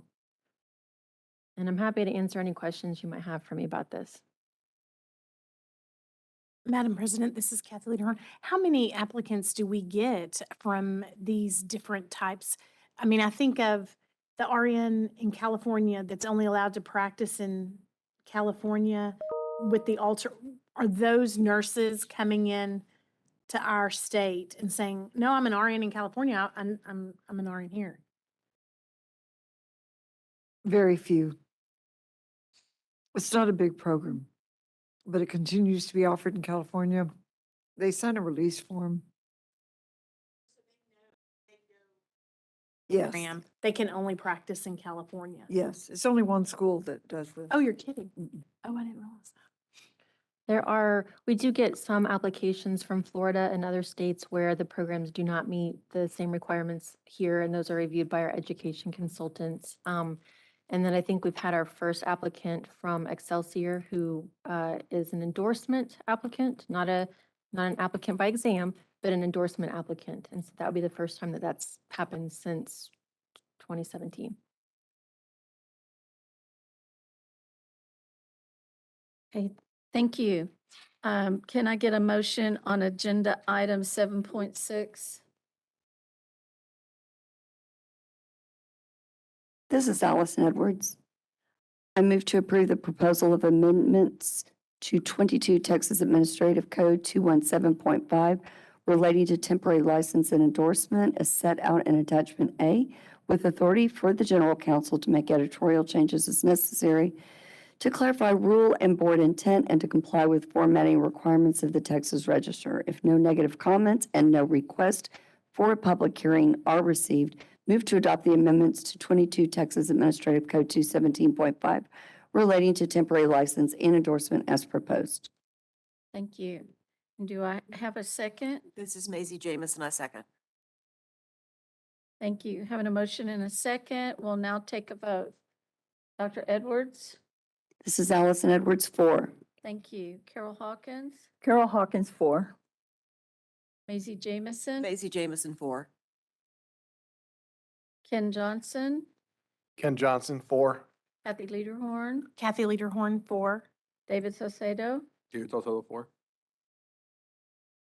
Dr. Sharp? Tyrone Sharp, 4. I'm Kathy Ship, 4. Rick Williams? Rick Williams, 4. And Kim Wright? Kim Wright, 4. Thank you. Thank you all, and the motion passes. On the next agenda item, it is 7.7, consideration of proposed amendments to 22 Texas Administrative Code 217.2 relating to licensure by examination for graduates of nursing education programs within the United States, its territories, or possessions. Thank you, Madam President.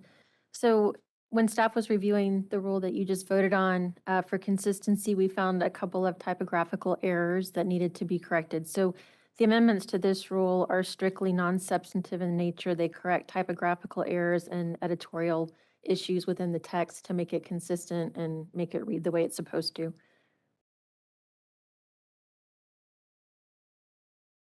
Okay, that was short. Okay, board members, any questions? Okay, if not, could I have a motion on agenda item 7.7?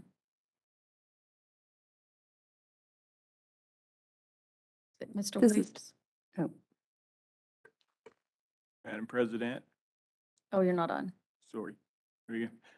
Move to approve the proposal of amendment to 22 Texas Administrative Code 217.2 relating to licensure by examination for graduates of nursing education programs within the United States, its territories, or possessions as set out in Attachment A, with authority for the General Counsel to make editorial changes as necessary to clarify roles and board intent and to comply with the formatting requirements of the Texas Register. If no negative comments and negative requests for a public hearing are received, move to adopt the amendment to 22 Texas Administrative Code 217.2 relating to licensure by examination for graduates of nursing education programs within the United States, its territory, or possessions as proposed. Thank you. And do I have a second? This is Maisie Jamison, second. Thank you. Having a motion and a second, we'll now take a vote. Dr. Edwards, This is Allison Edwards, voting for. Carol Hawkins, Carol Hawkins, 4. Maisie Jamison, Maisie Jamison, 4. Ken Johnson, Ken Johnson, 4.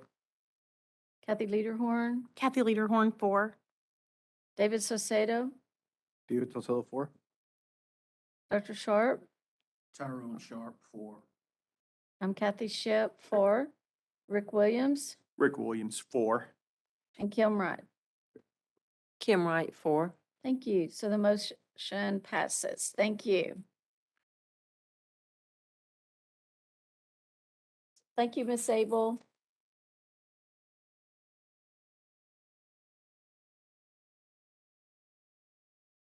So at this time, we're going to move to, okay. 9.1, review of board quarterly meeting evaluation. Yeah.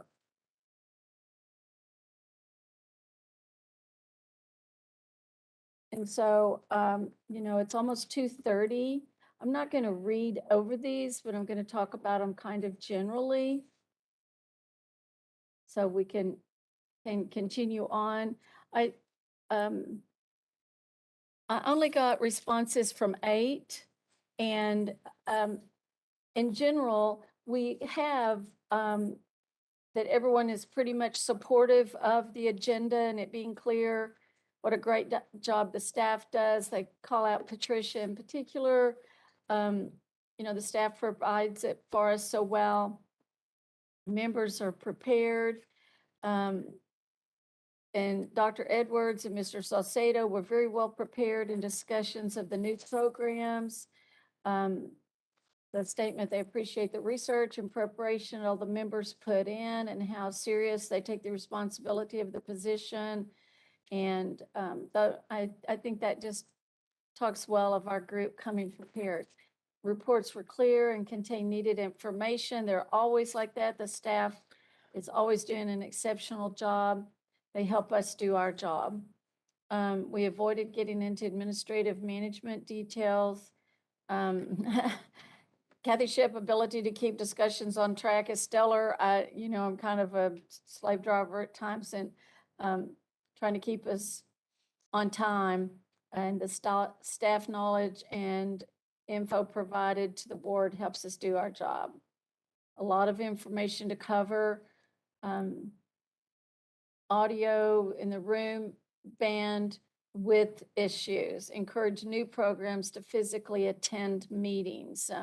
We had some trouble with schools coming in and out and dropping off. We lost Monday Rufus today, but that was just one that was coming on. And I think that was kind of a consensus all the way through that it'd be nice to have people in front of us where we can meet and talk and carry on our business, basically. A diversity of opinions were expressed. Board members and staff present themselves in a professional, respectful manner. I appreciate that of this group.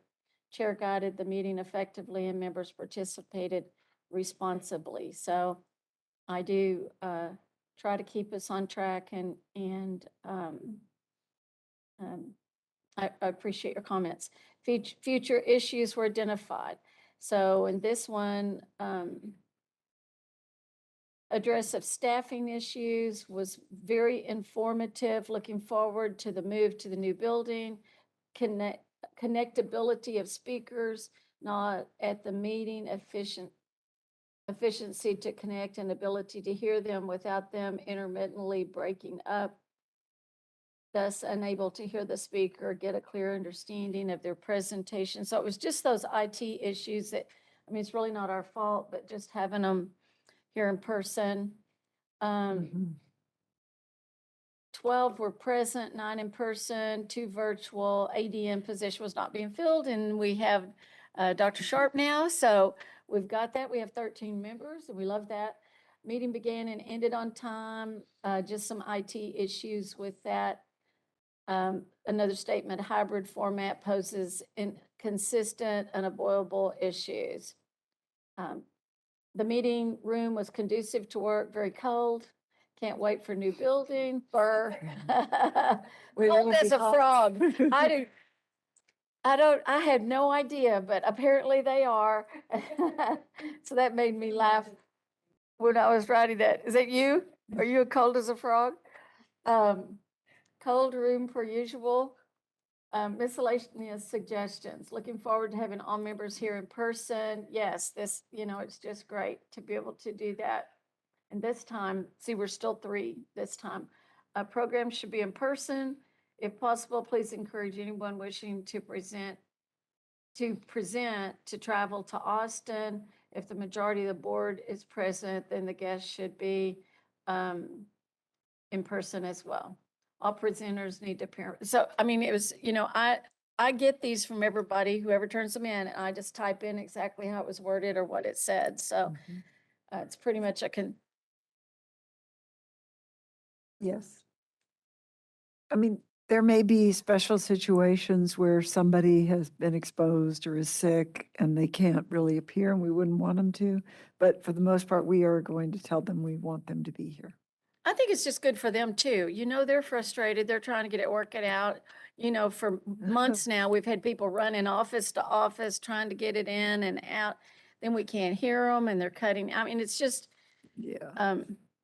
I think the better for all concerned. And that's what everybody was saying, just about having the day progress with it. So thank you for doing that. You've already been given your evals for this meeting. So please fill those out. Any other comments or anything anybody has to say? I had one other comment. Are we looking at, it seems like our past few meetings, because of the virtual component, I guess it's just been one day. Yeah. Are we continuing in that, or do you think it's going to come back? Well, we can't guarantee it. And even this meeting, we had the K-Star component to add on. I think when we do board development, it pretty much puts us over the edge to need to be here at least a half a day more. So we'll try to keep that limited because I know that the board likes to finish early and we want to do that if we can too. It'll depend on the agenda. So remember, we get all the exam results and all the program changes every year in the spring. And so that will prompt us all to be a little longer. Employers start to go, oh, are you off on Friday? Zip back to go to work on Friday and that sort of thing. So we'll just keep it as it is. And sometimes we still think we'll finish late enough that if people want to stay over on Thursday night and leave Friday morning, that's perfectly fine too. Well, yeah, because remember the time that, Patricia, I'm still waiting for you to cook for us again. It was like 7 o'clock on a Thursday night. Well, I think. Yeah.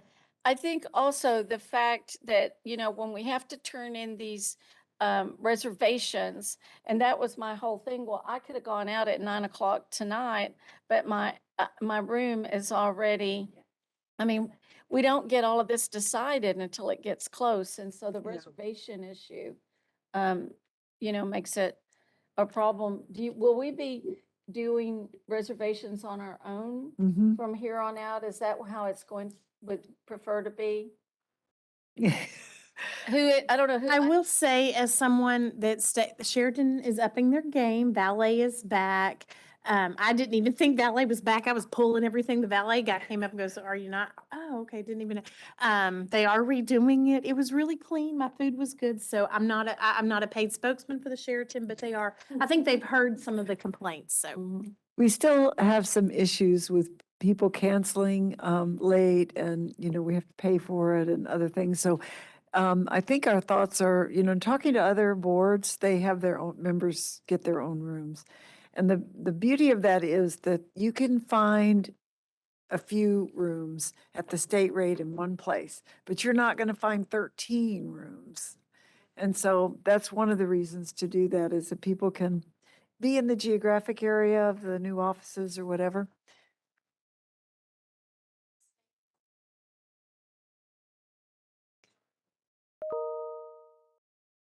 Well, they charge whatever the state will pay for. So that rate changes according to the time of the year and all that, you know about that. So, yeah. So I think, we just need to know if we need to make our reservations for the next time. And No, not October, because we're still under contract through October, but then we won't be at the beginning of the year. So Okay. January, it would be different. okay. And may I add something about October? They've released the ACL dates, which precede our October, they precede our board meeting, which is good for us. But David, I think, had some issues, or you were talking to the Fairmont. Yeah, so the Fairmont's kind of sold out, which is where I'm staying right now. So to your point, they only reserve, because the state rate is cheaper than what they, so they have like 3 rooms, I think, for the state rate. Yeah. For other boards too. But anyway, but in October, like, I don't know, friendly rooms would be What's very good. ACL? What's It's that? not ACL. It's not Yeah. ACL. Oh, yeah. It's not ACL that's the CODA. problem. It's CODA. Yeah, They it's have that big race at race. CODA that takes place the week of our board meeting. And they have events all week long, and the hotels are booked for the entire week. So we were very fortunate, only because we did it a year in advance, to get hotel rooms in October. You will run into this same issue next October. So you're going to want to be very proactive about reserving your October board meeting, your hotel room well in advance. So we just need to let you know if we're not going to be at the Sheridan, right? That's right. Okay. ASAP. For October. Wait, so we do have rooms in October? Yes. Oh, okay. All right. Yeah, October's all set Okay, all right, wonderful. Okay. at the Sheraton. Yeah, and they really, okay. they did seem to kind of fall over backwards this time much more than before. Yeah, they got a So, lot of complaints. yeah, and I checked We my complain. mattress. There was nothing there. I had hot water in both of my seats. I'll be the naysayer for the Sheridan. I'm pretty sure if you drop seeds on that floor in my room, you can grow crops. Oh. That's You're there this time? Oh, okay. Okay. Oh, we need to tell them. Ugh. It's terrible. Yeah, I was kind of I was looking more closely, so. Hey, guys, but it's not the La Quinta when we first started. Oh. Amen. So, yeah. I still I'd like to make a move, a motion that new members, including Dr. Sharp, should suffer the same orientation that we did by staying at the very illustrious La Quinta. Yeah, motor in across from the Capitol. I know, I was worried about. Outward facing doors. Yeah. It was funny. I was like, oh my gosh, I may not survive this. Okay. Oh my God. Yeah. Crazy. Okay. Well, thank you. Thank you for taking care of that and for taking care of us.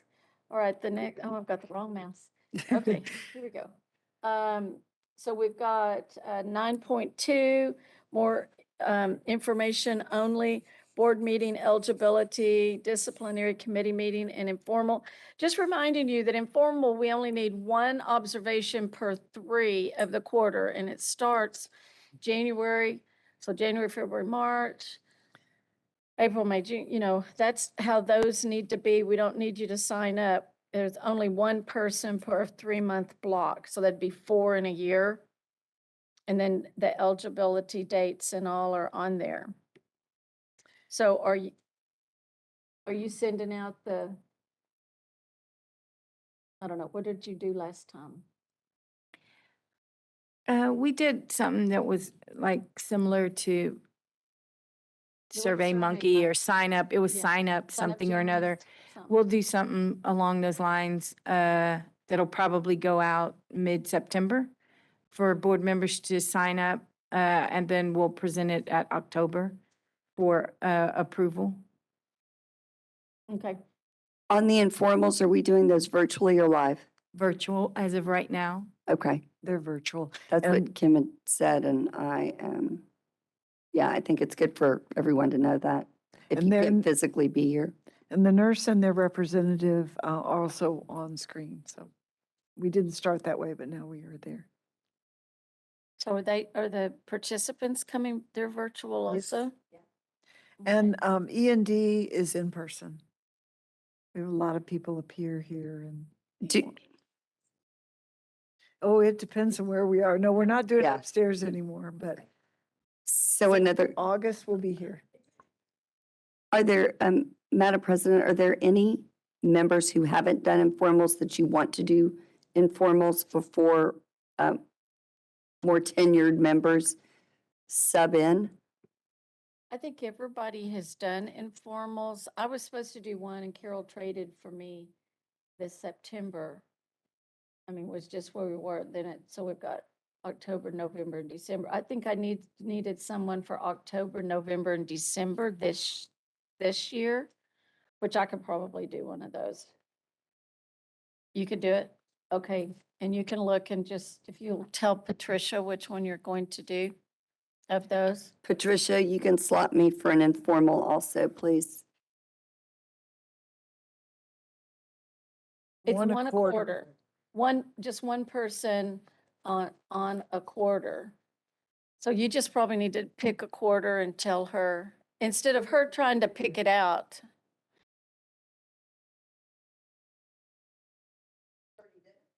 Mhm. Yeah, so I think everybody's done one. And then we'll just need for Dr. Sharp to observe one at some leisure that you can, and for you to observe an E&D at your leisure. But if this is a lot to put on you, and school is starting, and so what works for you? It's just in the year, if you get that done, and there's also, I call it continuing ed, but there's, I don't know what all they're called, that the new members have to do, or modules or Required training. required training. So there's some things like that for you to do too. So whenever you can. Okay, so this Does it- calendar. will- Dr. Sharp, don't you have a job? Don't they tell you you have to be certain places? For the informal conference dates that remain are October 4th, November 1st, and December 6th. So Ken, you said you'd do one of those. Do you have a choice? You just need to pick it, and then they'll let you know if it changes. Okay. So you'll let her know? Yes, ma'am. Patricia, this is Kathy. I'll do first quarter E&D. Okay, we're not we're not doing 2023 yet. We won't do that till October. This is, he's doing the remainder, right, Mhm. I'm sorry, yeah. That's good. And we just didn't want to get into doing all those because I used to try to do all that and it took too long. So, okay, so we'll get that short up in October. Okay, so now we move to 9.3 and 9.4. Agenda items in executive session. The meeting will now move into executive session. We'll return to open meeting upon completion of executive sessions to resume the remaining business in open meeting. Yes, and we'll have a motion. Okay, and so we don't even have Bruce. Who's you? Just deliberate. Closed meeting, the results of the decision. Hold on 1 second, Dan. We're not doing that. Deliberation, and then you'll come out and make a motion. Can't be a straw vote or anything like that. Closed meeting. Discussion with the vote is going to be. Right. Okay, at this moment, we're going to skip over those two just for a minute while we're doing some of the facility management. But on moving to final agenda item for today, agenda item 9.5, nominations for board vice president for 2023-25. And so it says the board members will nominate a vice president and will hold a vote for the October meeting. And it's open to the floor for nominations. At this time, I know that Dr. Edwards has been vice president, and she said she would like to be considered for this now, for the next time. And so if there's anyone else that would like to be considered for that position, we should have it now. So,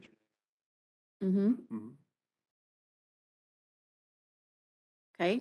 So no one is putting their position out. So before that request, so before the October meeting, we will receive information from Dr. Edwards about her qualifications and her desire to do that before we have our vote in October. Okay, so that's just information gathering. Okay, great. Thank you. Thank you for saying you would serve again.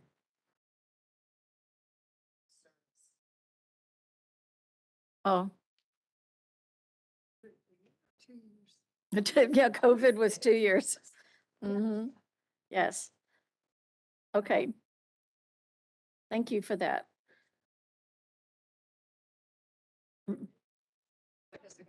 We'll never forget. Okay. Madam President, I Um, think you need to reannounce the whole script concerning the. Yeah, I hadn't done that yet. Okay. So, so for any audience that is listening, we are getting ready to go into to executive session. And at that point, we will go off YouTube. And I think you're okay to go ahead and read that script, Nathan? Not that one, that one. This one, I'm sorry. Already did. Oh, you did? Okay, No, you need to read that again because we took up another agenda item. Okay. after you did that. I'm sorry. So we will now, again, be considering items 9.3 and 9.4, and we'll consider the agenda items in executive session. The meeting will now move into executive session. We will return to open meeting upon the completion of the executive sessions to resume the remaining business in open meeting. Under the authority of the Government Code, Section 551.074, this meeting is going into executive session. Staff, it's being cleared from the meeting room. We're posting a notice for the public on the YouTube channel notifying the public. And staff members may not remain in the room.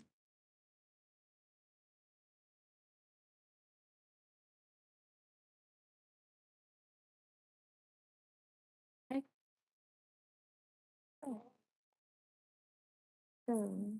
Let us know whenever. Okay. So Dan, are you off? You just fill out the times. You'll fill out the times here and here, but we're not gonna be able to see it because I'm gonna record it digitally on that little tripod thing. Nobody is gonna use their microphones.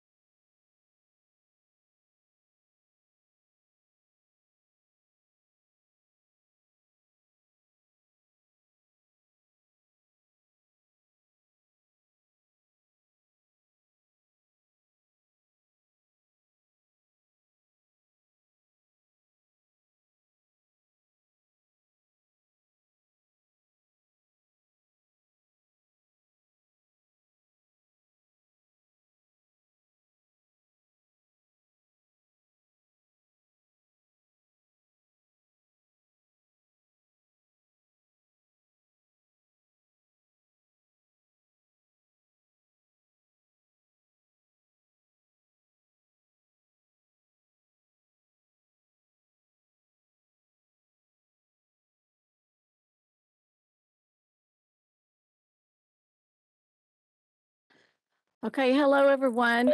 We are back now. The meeting is now back in open meeting, and we will consider action on agenda item 9.3, annual performance evaluation of Catherine A. Thomas, MNRN FAAN Executive Director.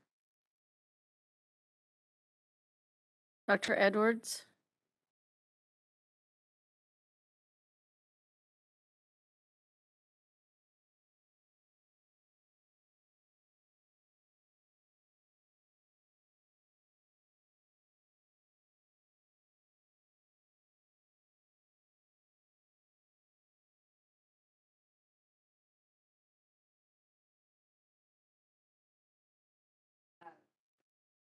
This is Allison Edwards. I'd like to, based on item 9.3, like to move to grant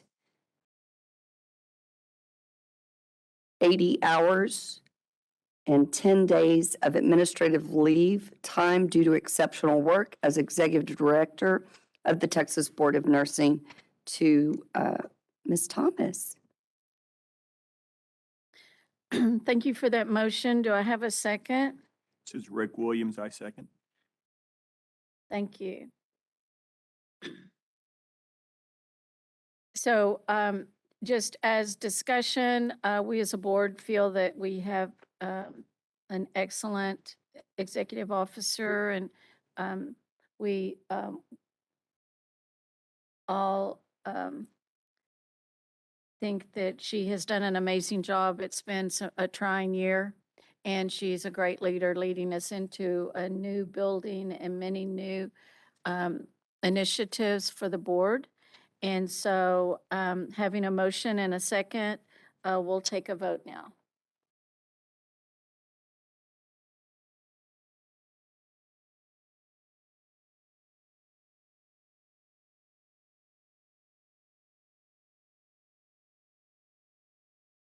Dr. Edwards, This is Allison Edwards. I vote for.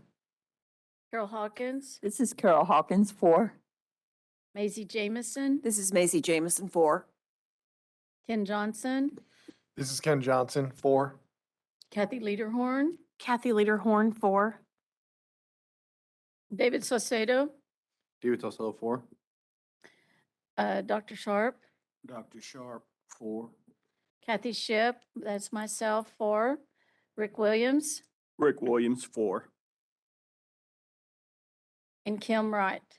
Kim Wright, 4. So it's unanimous. So,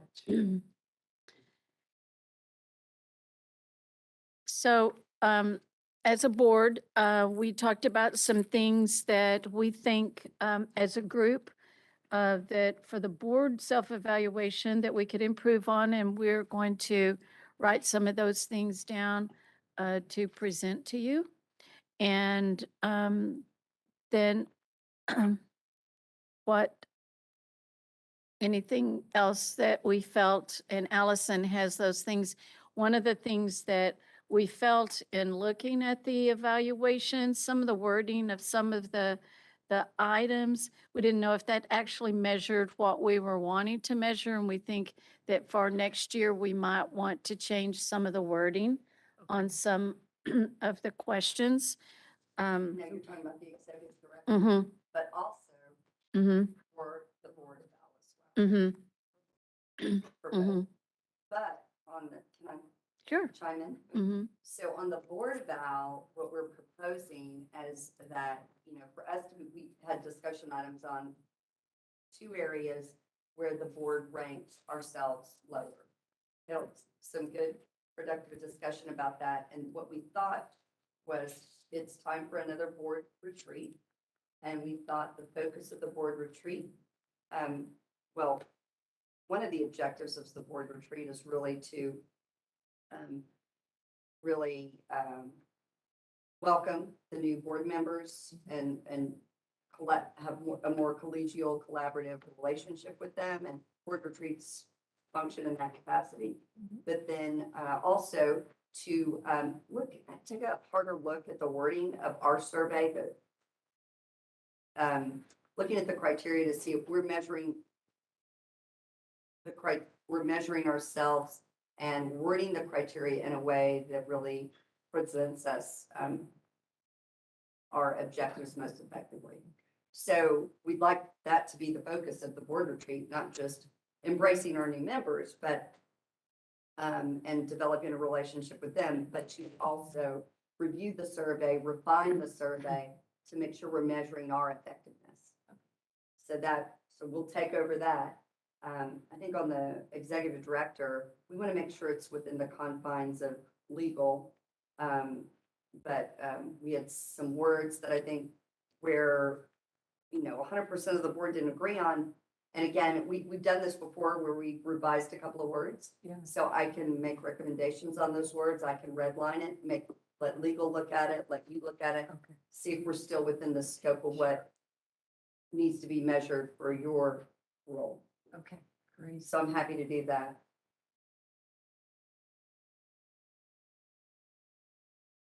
I think one thing the board hasn't done in a while is to review the mission and philosophy or mission, vision, and goals, whatever you want to do.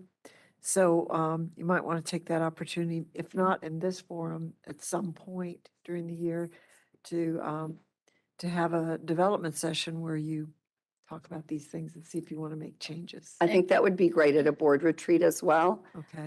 And unfortunately, we missed on the board agenda that we didn't have board development on there. We've always had. So as we an always item that has we it as always a discussion We item. considered K-Star board development for this meeting, but a lot of people couldn't come or didn't. Well, But yeah, discussing we- for future topics. Oh, yeah. We like usually have that future as an topics. item on our agenda and it wasn't here. I I think got you. going into this is board governance. Uh-huh. So Now, that would be a National great, Council has things on that Uh-huh. and also.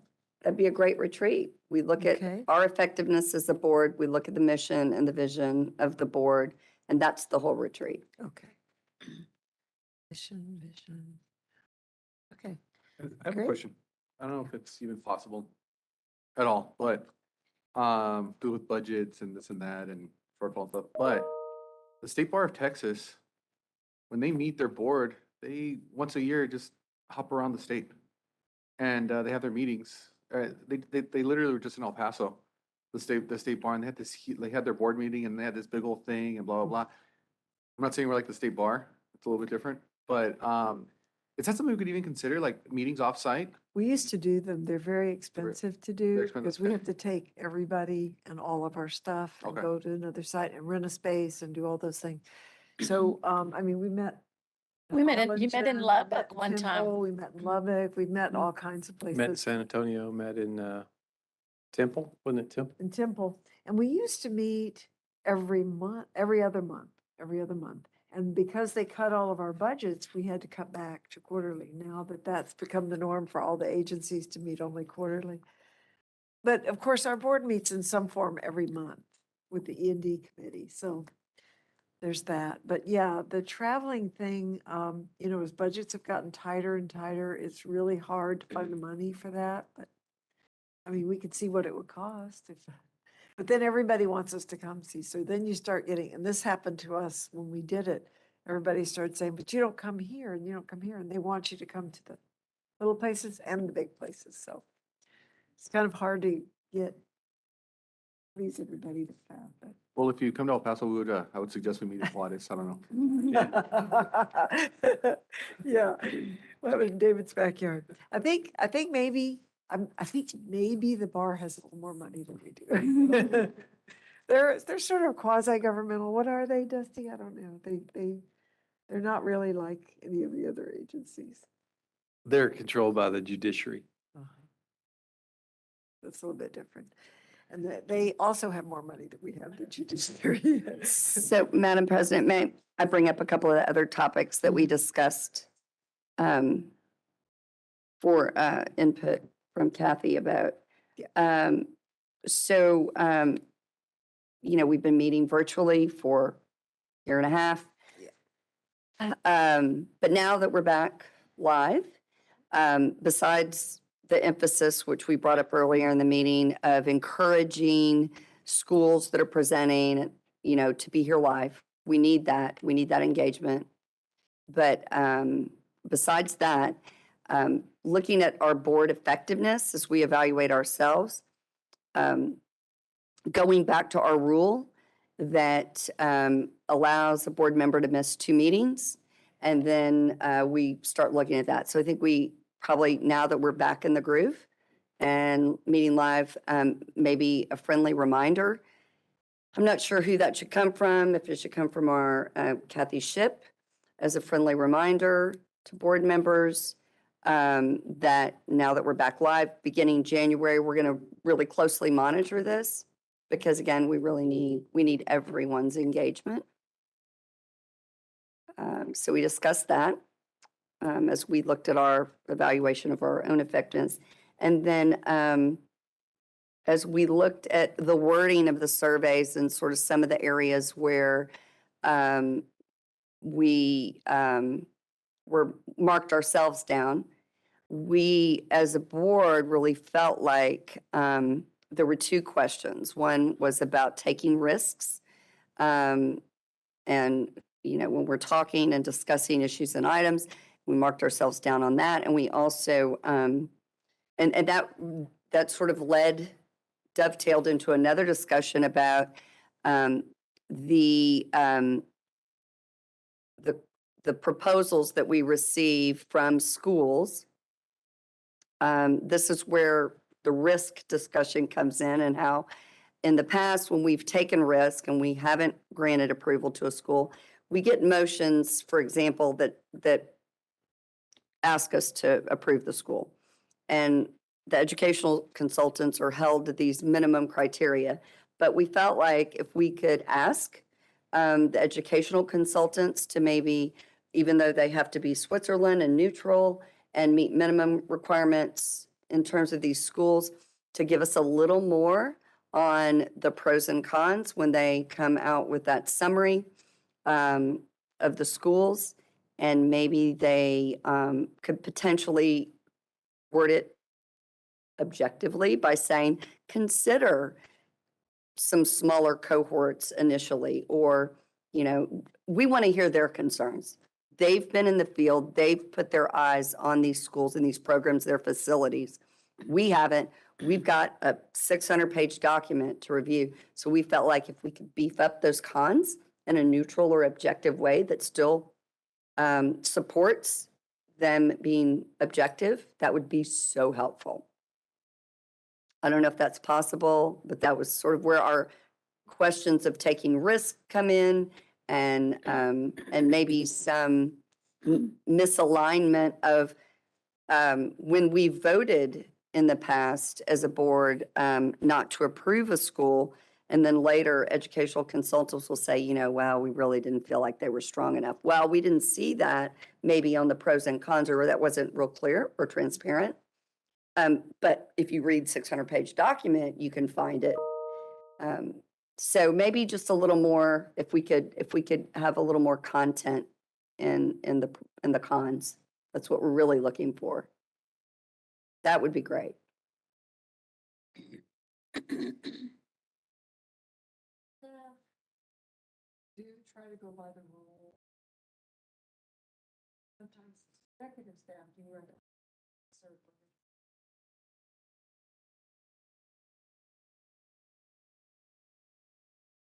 But, they've gone through, when they review a program, they've gone through several iterations of that proposal. Yeah. So they give them feedback, they rewrite their proposal.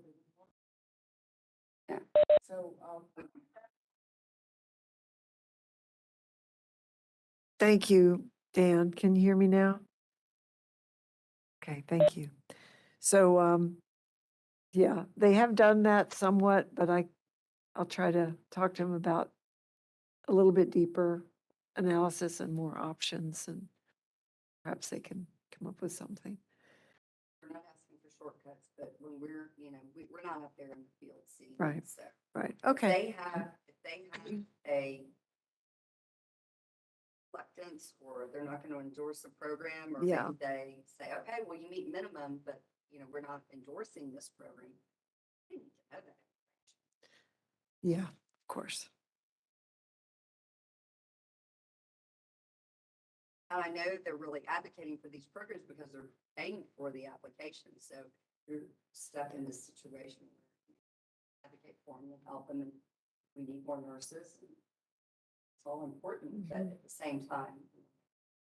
Yeah, and we do have issues with some of these programs not being successful, so, okay.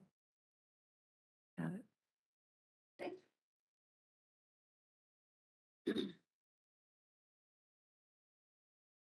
Okay, board members, so we have finished all of the items on our agenda. Are there any other statements or anything anyone wants to add or share? So, the next, I don't know when we would do the retreat or how that would work out, but hopefully we can do it before long. And we aren't 100% about where we're going to meet for October, but we'll be in touch about that. It's going to be at the health department. We think it's going to be at the health department. Okay. And is that, you said that's the public health department, then you said DSHS. Is that the That's same? the same thing. Same thing? Department of State Health Services, yeah. Okay. Okay. And so I've looked over, I don't think we've missed anything on the I don't agenda. think so, I went over it myself. So now we have a future about board development for us and our retreat. So Okay. again, thank you, staff and all. And so we don't have anything else. And Dusty, do you have anything else? No, I'm good. Okay. Okay, well, it's 4:12 and we're adjourned.